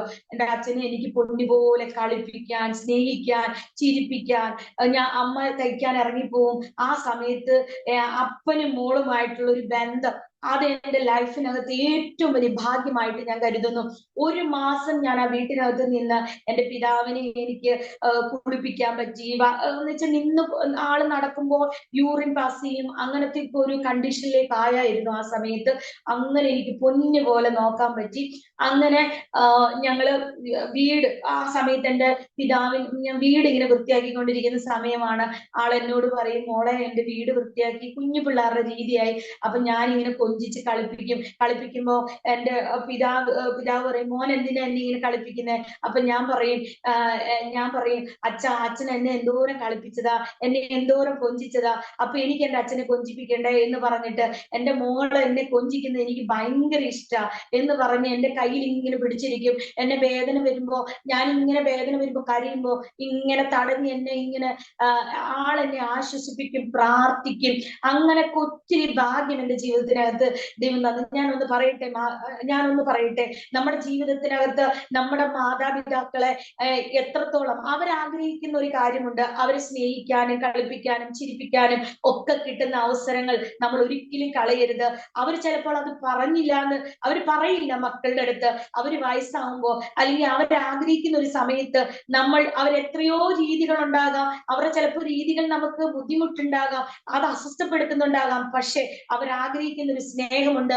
ഞാൻ നിങ്ങളോട് ലോകത്തോട് വിളിച്ചു പറയുകയാണ്, നമ്മുടെ മാതാപിതാക്കൾക്ക് കൊടുക്കാൻ പറ്റുന്ന ആ ഒരു സ്നേഹവും കളിയും ചിരിയും ഒക്കെ നമ്മുടെ ജീവിതത്തിനകത്ത് കൊടുക്കുക. നമ്മൾ പറയാറില്ലേ, പ്രായം ചെല്ലുമ്പോൾ നമ്മൾ കുഞ്ഞു മനസ്സുള്ളവരായി തീരുമെന്ന്. ഞാൻ എന്റെ പിതാവിൽ കൂടി അത് കണ്ടതാണ്. ഞാൻ അനേകരോട് പറയും, ആ സമയമൊക്കെ ആകുമ്പോ അവരെ ചിരിപ്പിക്കാനും കളിപ്പിക്കാനും ഒക്കെ നമ്മൾ സ്പെൻഡ് ചെയ്യുക കുറച്ചെങ്കിലും നേരം. അപ്പൊ അവര് നമ്മുടെ കൂടെ മനസ്സ് തുറക്കും. എന്റെ പിതാവ് എന്നോട് ഒത്തിരി മനസ്സ് തുറക്കാൻ തക്കോണം ഇടയായി. ഒത്തിരി സന്തോഷിച്ചു. അങ്ങനെ എന്റെ വേദനയൊക്കെ മാറി ഞാൻ തിരിച്ചു വന്നു കഴിഞ്ഞ് എന്ന സമയത്താണ് എന്റെ പിതാവ് വീഴാൻ തക്കോണം ഇടയായത്. വീണ് കാലൊടിയാനും കാലുവട്ടമുടിയാനും അങ്ങനെ ഹോസ്പിറ്റലൈസ്ഡ് ആകാനും വീട്ടിൽ വരാൻ തക്കോണം ഇടയായി.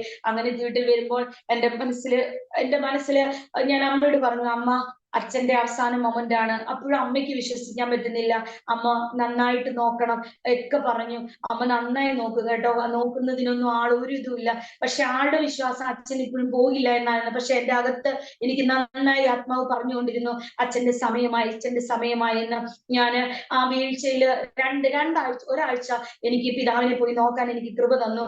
ഞാൻ പോയിരുന്ന സമയത്ത് ഞാൻ ഇങ്ങനെ പിതാവിന്റെ അടുക്കലേക്ക് പോയി നിന്നു. അപ്പൊ എന്റെ പിതാവിന് ഞാൻ മുഖമൊക്കെ തുടച്ച് ഭക്ഷണം കൊടുത്തും ഭക്ഷണം കഴിക്കുന്നില്ല. മോളെ ഞാൻ ഇങ്ങനെ പോകുന്നു, എന്റെ കയ്യിലേക്ക് ചാടി പിടിച്ചിട്ട് പറഞ്ഞു, മോളെ ഞാൻ മരിക്കാൻ പോവാന്ന് പറഞ്ഞു. ഞാൻ അവിടെ നിന്നിട്ട് ഒന്ന് ഞെട്ടി. കാരണം എന്റെ പിതാവ് അതുവരെ മരണത്തെ പേടിയുള്ള വ്യക്തിയാണ്. മരിക്കാൻ ആൾക്ക് ഇഷ്ടമല്ല. മരിച്ചു പോകുമോ എന്ന് പേടിയുള്ള വ്യക്തിയുടെ വായിൽ നിന്ന് എന്റെ കയ്യിൽ പിടിച്ചിട്ട് എന്നെ ഓടി വന്ന് പിടിച്ചിട്ട് പറഞ്ഞു, കട്ടിലേൽ പിടിച്ചിട്ട് പറഞ്ഞു, ഞാൻ മരിക്കാൻ പോകുക. എനിക്ക് ഭയങ്കരമായിട്ട് വിഷമമായി. ഞാൻ അമ്മയെ അപ്പൊ തന്നെ ഫോൺ വിളിച്ചിട്ട് പറഞ്ഞു, അമ്മ അച്ഛൻ ഇങ്ങനെ ഒരു വേർഡ് പറഞ്ഞു. ഇത് ഇത് ചെറിയ വേർഡല്ല, ഇത് ആളുടെ അകത്ത് നിന്ന് വന്നൊരു സംഭവമാണ്. കാരണം ഒരു വ്യക്തിക്കറിയാം, കിടക്കയിൽ കിടക്കുന്ന, നമ്മൾ മരണത്തോടടുക്കുന്ന ആ വ്യക്തിക്കറിയാം ആളുടെ സമയമായി എന്ന് അവർക്കൊരു ബോധ്യം വരും. ആ ബോധ്യത്തിലാണ് അച്ഛൻ പറഞ്ഞത്, അമ്മ എന്ന് പറഞ്ഞു. അമ്മ ഇല്ല മോനെ, അച്ഛൻ അങ്ങനെ വിഷമം വരുമ്പോ പറയണതാ എന്ന് പറയും. പക്ഷെ ഞാൻ പിന്നെ അമ്മേനെ വിഷമിപ്പിച്ചില്ല, കാരണം ആൾക്കും അത് ഭയങ്കര വിഷമമാവും. ഞാൻ എന്റെ ഹസ്ബൻഡിനെ വിളിച്ചു പറഞ്ഞു, അച്ഛൻ ഇങ്ങനെ ഒരു വേർഡ് പറഞ്ഞു, എനിക്ക് വിഷമം അച്ഛാന്ന് പറഞ്ഞു. അത് കഴിഞ്ഞിട്ട് ഞാൻ അവിടുന്ന് വീട്ടിൽ വന്നു. വീട്ടിൽ വന്നപ്പം ഡിസംബറിൽ എക്സാം തുടങ്ങുന്ന സമയമാണ്. എക്സാം തുടങ്ങി. ഞങ്ങൾ എല്ലാവരും വന്ന് കണ്ടു. എല്ലാവരും വന്ന് കണ്ട് തിരിച്ചു പോയപ്പോ ഡിസംബറിൽ എക്സാം തുടങ്ങുന്ന സമയത്ത് എന്റെ കുഞ്ഞ് എക്സാമിന്റെ രാവിലെ ഇളയ മോള്, ഞാൻ അകത്ത് നിന്ന് മനസ്സിൽ ചിന്തിക്കുക, കർത്താവെ ഞാൻ അച്ഛനെ കണ്ടിട്ട് വന്നു, കുഞ്ഞുങ്ങളുടെ എക്സാം തുടങ്ങുക. എന്റെ അച്ഛന് ഒരു കാരണവശാലും ഞങ്ങളുടെ കുഞ്ഞുങ്ങളുടെ എക്സാം കഴിഞ്ഞ് ഞാൻ അവിടെ ചെന്നിട്ടല്ലാതെ, എന്റെ കുഞ്ഞുങ്ങളെയും എന്നെയും കണ്ടിട്ടല്ലാതെ ഈ ലോകത്തിൽ നിന്ന് കൊണ്ടുപോകല്ലേ എന്ന് ഞാൻ ഇങ്ങനെ പ്രാർത്ഥിച്ചു. ആ ഓൺ ദി സ്പോട്ടിലും പുറത്ത് ഡൈനിങ് ടേബിളിന്റെ പുറത്ത് ഞാൻ അടുക്കളയിൽ നിന്ന് ഇത് ചിന്തിക്കുമ്പോ എന്റെ ഇളയ മോള് പറയുക, യേശുപ്പച്ച ഇന്ന് ഞങ്ങളുടെ എക്സാം തുടങ്ങുക, ഞങ്ങളുടെ എക്സാം കഴിയുന്നവരെ എന്റെ അപ്പാപ്പനൊന്നും പറ്റരുത്, ഞങ്ങൾ ചെന്നിട്ട് ഞങ്ങളുടെ അപ്പാപ്പനെ കണ്ടിട്ട് കർത്താവ് എന്റെ അപ്പാപ്പനൊന്നും സംഭവിക്കില്ലേ എന്ന് പറഞ്ഞു. കൊച്ചൊരു വേർഡ് പറഞ്ഞപ്പോ എനിക്ക് ഉറപ്പായി എന്റെ യേശുപ്പച്ചൻ എന്റെ അപ്പനെ അവിടെ സൂക്ഷിക്കും, സംരക്ഷിക്കുമെന്ന് എനിക്ക് ഉറപ്പായി. ഞാൻ വളരെയധികം ഞങ്ങൾ വിഷമിച്ചു. എക്സാം കഴിഞ്ഞു. ഡിസംബർ 26 എന്റെ പിതാവ് മരിക്കുന്നത്. ഞങ്ങൾ ഇടയ്ക്കിടയ്ക്ക് ഞങ്ങൾ ചർച്ച വിട്ട് പോകുന്ന കാരണം ഡിസംബർ 25 ഞായറാഴ്ച ആരാധനയും കഴിഞ്ഞ് ഞങ്ങൾ ഇവിടുന്ന് പോകുമ്പോ അമ്മ പറഞ്ഞു, മോളെ നിങ്ങൾ എത്രയും പെട്ടെന്ന് ഗവൺമെന്റ് ഹോസ്പിറ്റലിലാണ്. ഞങ്ങൾ ചെന്നു. ഞാൻ ചെന്ന് വീട്ടിൽ കയറുമ്പോ ആ വീട് അടച്ചിട്ടേക്കാൻ ഞാൻ ഡോറ് തുറന്നു. എന്റെ മനസ്സ് പറഞ്ഞു, വീടെല്ലാം ക്ലീൻ ചെയ്യാം. ഞാൻ ചെന്ന് രാത്രിയിൽ ഞങ്ങൾ 7 മണിയായി.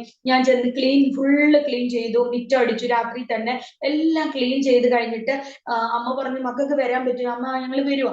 9 മണിയായപ്പോ ഗവൺമെന്റ് ഹോസ്പിറ്റലിൽ നോ പെർമിഷൻ ആണ്. അപ്പം ഞാൻ ഞായറാഴ്ച രാവിലെ ഇവിടുന്ന് ഇറങ്ങാൻ തുടങ്ങുന്ന സമയത്ത്, വീട്ടിൽ നിന്ന് തൃശ്ശൂരിൽ നിന്ന് ഇറങ്ങാൻ തുടങ്ങുന്ന സമയത്ത് എന്നെ ഒരു ആന്റി വിളിച്ചിട്ട് പറഞ്ഞു, മോളെ നീ പപ്പയുടെ അടുത്ത് പോയില്ലേ? ഞാൻ പറഞ്ഞു, ഞങ്ങൾ പോവാൻ ആന്റി, ഇന്ന് ഉച്ചയ്ക്ക് പോകും. അപ്പം ഞാൻ പറഞ്ഞു, ആന്റി ഞാൻ ചെല്ലാതെ, എന്നെ കാണാതെ എന്റെ അച്ഛൻ എന്നെ വിട്ട് പോകത്തില്ല. എന്നെ കാണാതെ, അത് ദൈവം എന്നോട് പറഞ്ഞൊരു വാക്കാ.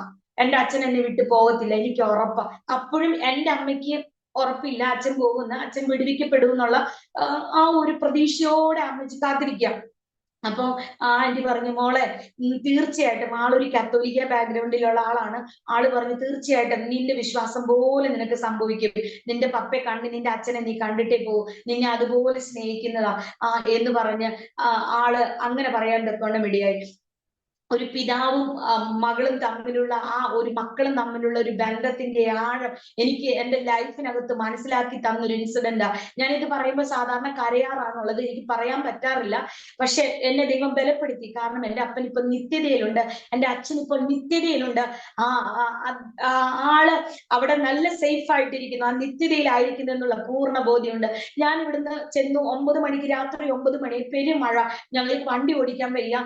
അപ്പോൾ ഞങ്ങൾ അവിടെ ചെന്നിട്ട് ഞാൻ അവിടുത്തെ നേഴ്സിനോട് പറഞ്ഞു, ഞങ്ങൾ തൃശ്ശൂരിൽ നിന്ന് വരിക, ഞങ്ങൾക്ക് ഇന്ന വാർഡിൽ കിടക്കുന്ന ആളെ ഒന്ന് കാണാൻ പറ്റുമോ? അപ്പൊ അമ്മ പറഞ്ഞു, നേഴ്സ് പറഞ്ഞു, പെർമിഷൻ ഇല്ലാത്ത ടൈമാണ്, പക്ഷെ നിങ്ങൾ തൃശ്ശൂരിൽ നിന്ന് വരുന്നത് കൊണ്ടും നിങ്ങൾ ഇത്രയും പേരായതുകൊണ്ട് ഞങ്ങളെ 4 പേരും കൂടെ കാണിക്കാം എന്ന് പറഞ്ഞ് ഞങ്ങളെ വാർഡിലേക്ക് മോളിത്തെ നിലയിലേക്ക് കയറ്റി വിട്ടു, പെർമിഷൻ തന്നു വിട്ടു.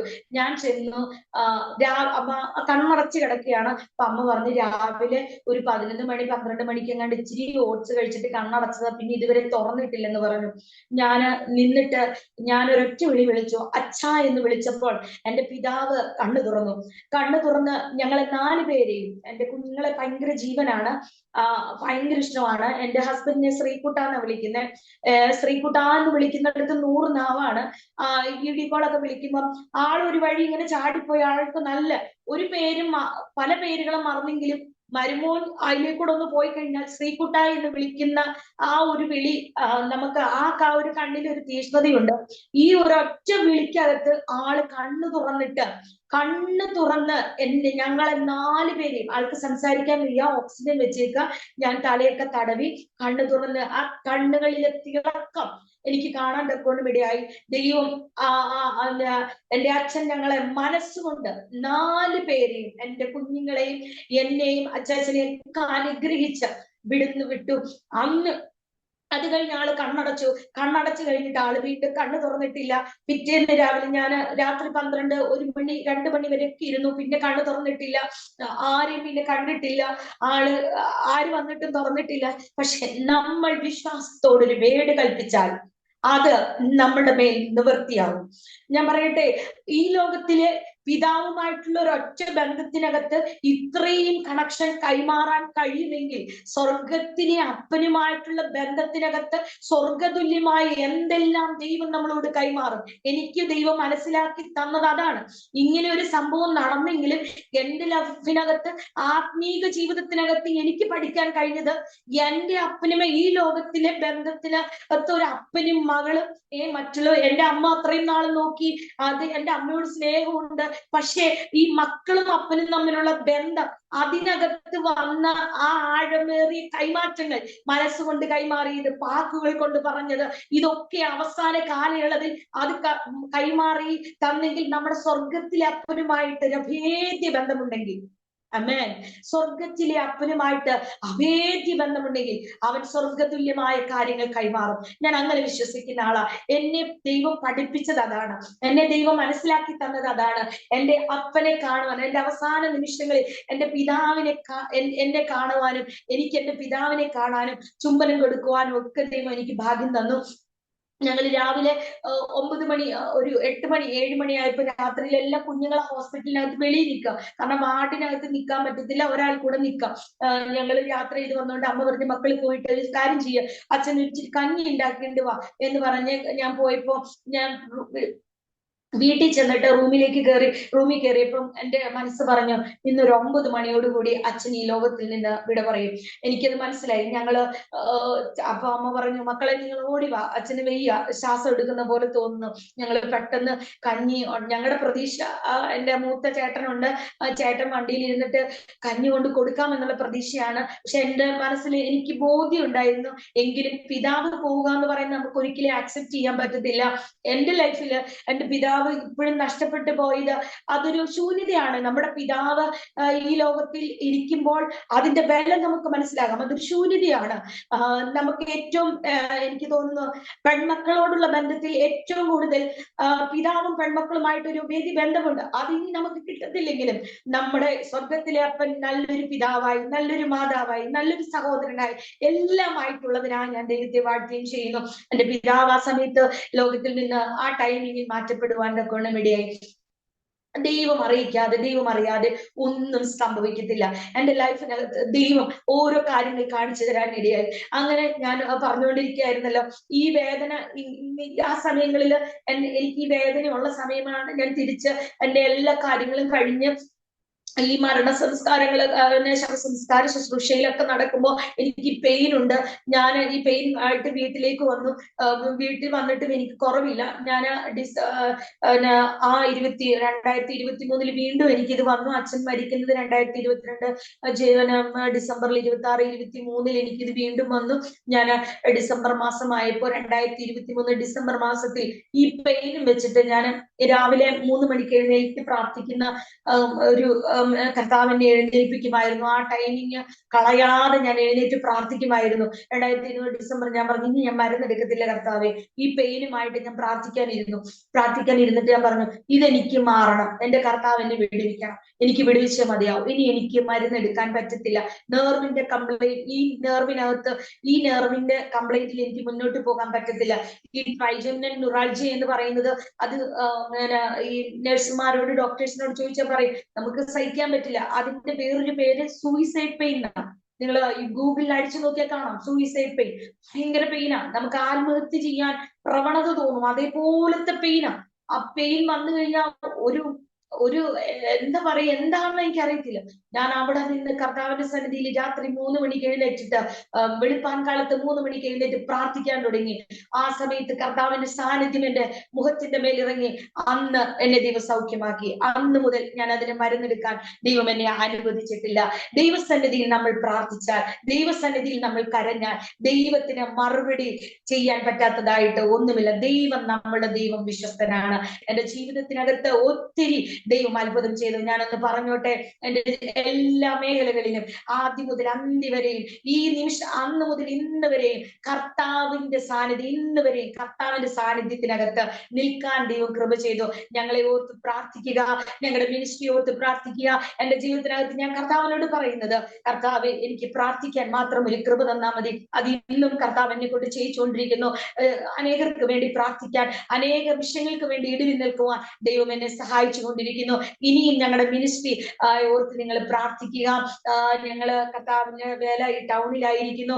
ദൈവം അത് വിശാലമാക്കാൻ, ദൈവം എങ്ങനെയൊക്കെയാണോ ദൈവം ഞങ്ങളെ ഉപയോഗിക്കാൻ ആഗ്രഹിക്കുന്നത് അത് ഞങ്ങളുടെ ജീവിതത്തിൽ മുന്നോട്ട് ആയിത്തീരുവാൻ നിങ്ങളുടെ എല്ലാവരുടെയും പ്രാർത്ഥനയെ ചോദിക്കുകയാണ്.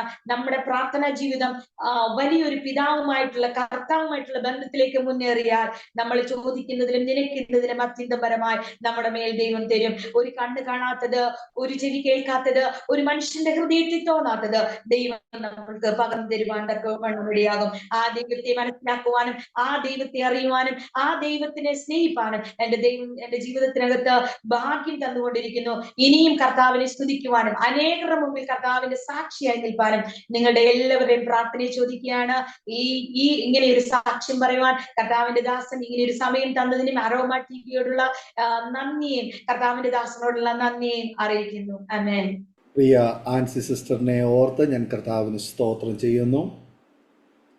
ദൈവം നടത്തിയ അത്ഭുതകരമായ വഴികൾ, ഒരു സാധാരണ കുടുംബത്തിൽ ജനിച്ച് വളർത്തപ്പെട്ട് കർത്താവിൻ്റെ വേലയ്ക്കായി ദൈവം തിരഞ്ഞെടുത്ത് ദൈവരാജ്യത്തിന് വേണ്ടി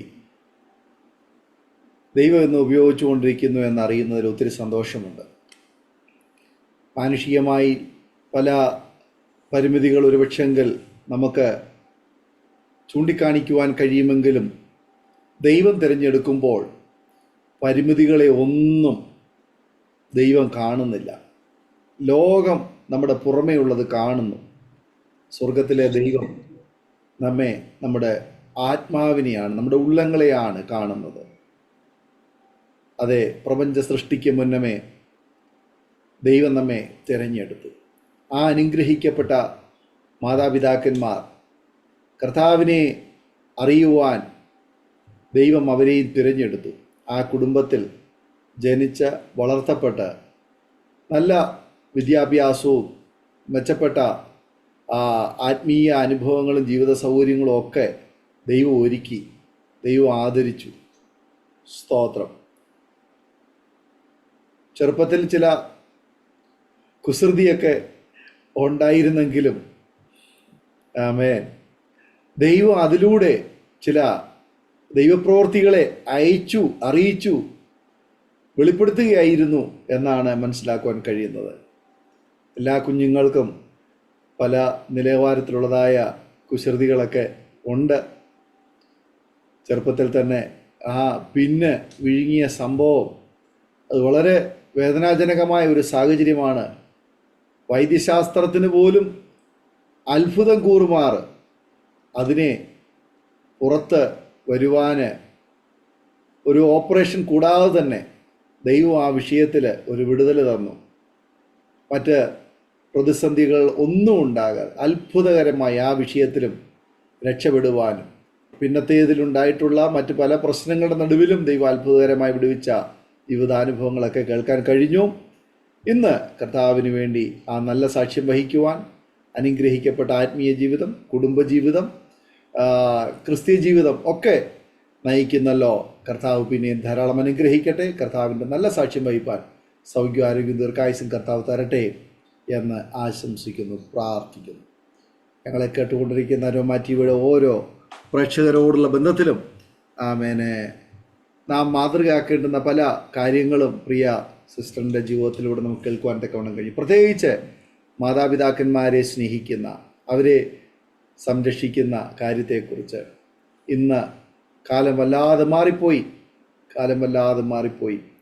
മാതാപിതാക്കന്മാർ ഒരു ബാധ്യതയായി മാറിക്കൊണ്ടിരിക്കുന്ന ഒരു സാഹചര്യത്തിൽ മാതാപിതാക്കന്മാരെ, നമുക്ക് ഒരു ജീവിതം തന്ന, നമ്മെ എഴുന്നേറ്റ് നടക്കുവാൻ കരം പിടിച്ച് നടത്തിയ, നമ്മെ വളർത്തിയ, നമ്മെ പോറ്റി പുലർത്തിയ, അവരുടെ ഇല്ലായ്മയിൽ വയർ മുറുക്കിക്കെട്ടി നമ്മെ വളർത്തിയ നമ്മുടെ മാതാപിതാക്കന്മാരെ നമുക്ക് അവരുടെ വാർദ്ധക്യാവസ്ഥയിൽ അവരെ ചേർത്ത് നിർത്തുവാൻ, അവരെ സ്നേഹിക്കുവാൻ കഴിയുന്നുവെങ്കിൽ തീർച്ചയായിട്ടും അത് ദൈവവചനത്തിൻ്റെ കൽപ്പനയാണ്.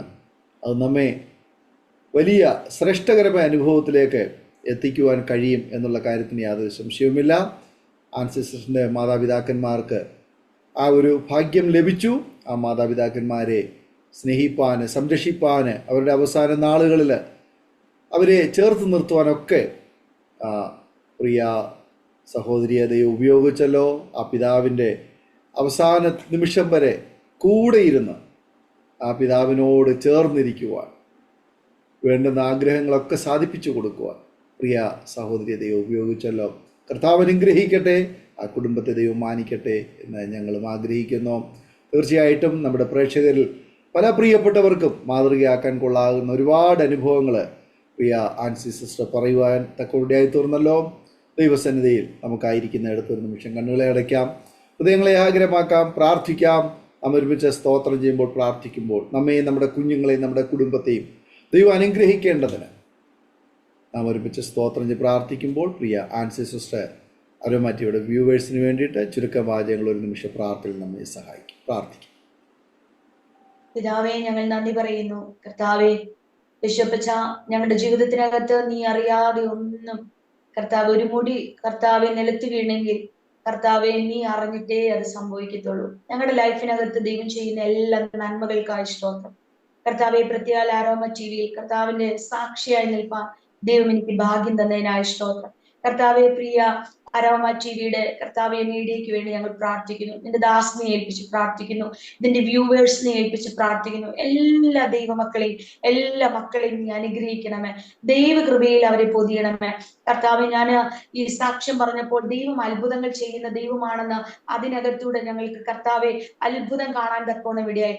അതുപോലെ തന്നെ ഈ ദിവസങ്ങളിൽ കർത്താവെ ഇതിനകത്ത് ആരെങ്കിലും ഭാരപ്പെടുന്നുണ്ടെങ്കിൽ, ഏതെങ്കിലും വിഷയത്തിനകത്ത്, ഏതെങ്കിലും കർത്താവെ പ്രതിസന്ധിക്കകത്ത് നിൽക്കുന്നുണ്ടെങ്കിൽ കർത്താവെ അപ്പാ ദൈവത്തിന്റെ കരത്തിന്റെ ആ വലിയ ദൈവപ്രവൃത്തി കാണുവാൻ എല്ലാവരെയും സഹായിക്കണമേ. കർത്താവിന്റെ വലിയൊരു അത്ഭുത സാക്ഷികളാകുവാൻ ദൈവം അവരെയും ബലപ്പെടുത്തണമേ. ഈ ദിവസങ്ങളിൽ അവരിലൂടെയും കർത്താവെ അനേക സാക്ഷ്യങ്ങൾ കർത്താവെ പുറത്തു വരട്ടെ എന്ന് പ്രാർത്ഥിക്കുന്നു. കർത്താവിന്റെ കരങ്ങളിലേക്ക് സമർപ്പിക്കുന്നു. കർത്താവിന്റെ ദാസിനി കൊടുത്തിരിക്കുന്ന വലിയ കാഴ്ചപ്പാടിനായി സ്തോത്രം. അത് കർത്താവെ അനുഗ്രഹിക്കണമേ. അതിനു വേണ്ടിയിട്ടുള്ള എല്ലാ കാര്യങ്ങളും എല്ലാതും കർത്താവ് തുറന്നു കൊടുക്കണമേ. ഞങ്ങൾ ഒരുമിച്ച് ബ്ലസ് ചെയ്യുന്നു യേശുവിൻ നാമത്തിൽ തന്നെ പിതാവേ. ആമേൻ, ആമേൻ, ആമേൻ. വളരെ അനുഗ്രഹിക്കപ്പെട്ട ജീവിതാനുഭവവും സാക്ഷ്യവും പങ്കുവയ്ക്കുവാൻ ഇത്രത്തോളം സമയം വേർതിരിച്ച് അനുഗ്രഹിക്കപ്പെട്ട ജീവിതാനുഭവം പങ്കുവച്ച കർത്താവിൻ്റെ ദാസി പ്രിയ ആൻസി സിസ്റ്ററിനോടും കുടുംബത്തോടുള്ളതായ നന്ദി സ്നേഹത്തിൽ അറിയിക്കുന്നു. ദൈവമായ കർത്താവ് ധാരാളം അനുഗ്രഹിക്കട്ടെ, കർത്താവിനോട് ഏറെ പ്രയോജനപ്പെടുവാൻ ശക്തമായി ഉപയോഗിക്കട്ടെ എന്ന് ഞങ്ങൾ ആശംസിക്കുന്നു, പ്രാർത്ഥിക്കുന്നു. അതുപോലെ തന്നെ ഞങ്ങളെ കേട്ടുകൊണ്ടിരുന്ന അരോമാറ്റിയുടെ ഓരോ ശ്രോതാക്കളുള്ളതായ നന്ദി സ്നേഹവും കടപ്പാടും അറിയിക്കുന്നു. നിങ്ങൾക്ക് ഈ അനുഭവങ്ങൾ അനുഗ്രഹമായി തീർന്നുവെങ്കിൽ നിങ്ങളുടെ പ്രിയപ്പെട്ടവർക്ക്, സുഹൃത്തുക്കൾ കൂടി ഷെയർ ചെയ്ത് കൊടുക്കും. അവരും കേട്ട് അനുഗ്രഹിക്കപ്പെട്ട് അതിലൂടെ ദൈവനാമയപ്പെടുവാനിടയായി തീരുമല്ലോ. മാത്രമല്ല, നിങ്ങളുടെ വിലയേറിയ അഭിപ്രായങ്ങളും നിർദ്ദേശങ്ങളും കമൻറ്റ് ബോക്സിൽ രേഖപ്പെടുത്താവുന്നതാണ്. അതുപോലെ നിങ്ങൾക്കൊരു പ്രാർത്ഥനാ വിഷയമുണ്ടെങ്കിൽ തീർച്ചയായിട്ടും സ്ക്രീനിൽ കാണുന്ന വാട്സപ്പ് നമ്പറിൽ ഞങ്ങളെ അറിയിക്കൂ. ഞങ്ങൾ നിങ്ങൾക്ക് വേണ്ടി പ്രാർത്ഥിക്കാം. അടുത്ത അനുഗ്രഹിക്കപ്പെട്ട ഒരു ജീവിതാനുഭവമായി വീണ്ടും കാണുമ്പോഴേയും എല്ലാ പ്രിയപ്പെട്ടവർക്കും goodbye. God bless you all. ആമേൻ. ഓർമ്മയുടെ മനോരഥത്തിൽ മായാത്ത ഓർമ്മയ്ക്കായി അരോമ മാട്രിമോണിയിൽ നിന്നും ജീവിത പങ്കാളിയെ കണ്ടെത്തൂ. നിങ്ങൾ ഒരു ക്രിസ്തീയ ജീവിത പങ്കാളിയെ അന്വേഷിക്കുകയാണോ? അതോ മക്കൾക്ക് അനുയോജ്യമായ ഒരു തക്ക തുണയ്ക്കു വേണ്ടി പ്രാർത്ഥിക്കുന്ന വ്യക്തിയാണോ? എങ്കിൽ അരോമ മാട്രിമോണി നിങ്ങൾക്ക് വേണ്ടിയാണ്. ഇന്നു തന്നെ സൗജന്യമായി രജിസ്റ്റർ ചെയ്യൂ. അരോമ മാട്രിമോണിയുടെ പ്രത്യേകതകൾ: രജിസ്ട്രേഷൻ തികച്ചും സൗജന്യം. ലോകത്തെവിടെയുമുള്ള അനുയോജ്യമായ ക്രിസ്തീയ ജീവിത പങ്കാളിയെ തിരഞ്ഞെടുക്കാം. വിവാഹം നടക്കുന്നതുവരെ സർവീസ് ലഭിക്കുന്നു. ഏറ്റവും ചെറിയ പാക്കേജുകളും തിരഞ്ഞെടുക്കാം. അരോമ മാട്രിമോണി നിങ്ങൾക്കായി ഒരുക്കുന്നു വിവാഹം പരമാനന്ദം. Email aroma matrimony2020@gmail.com.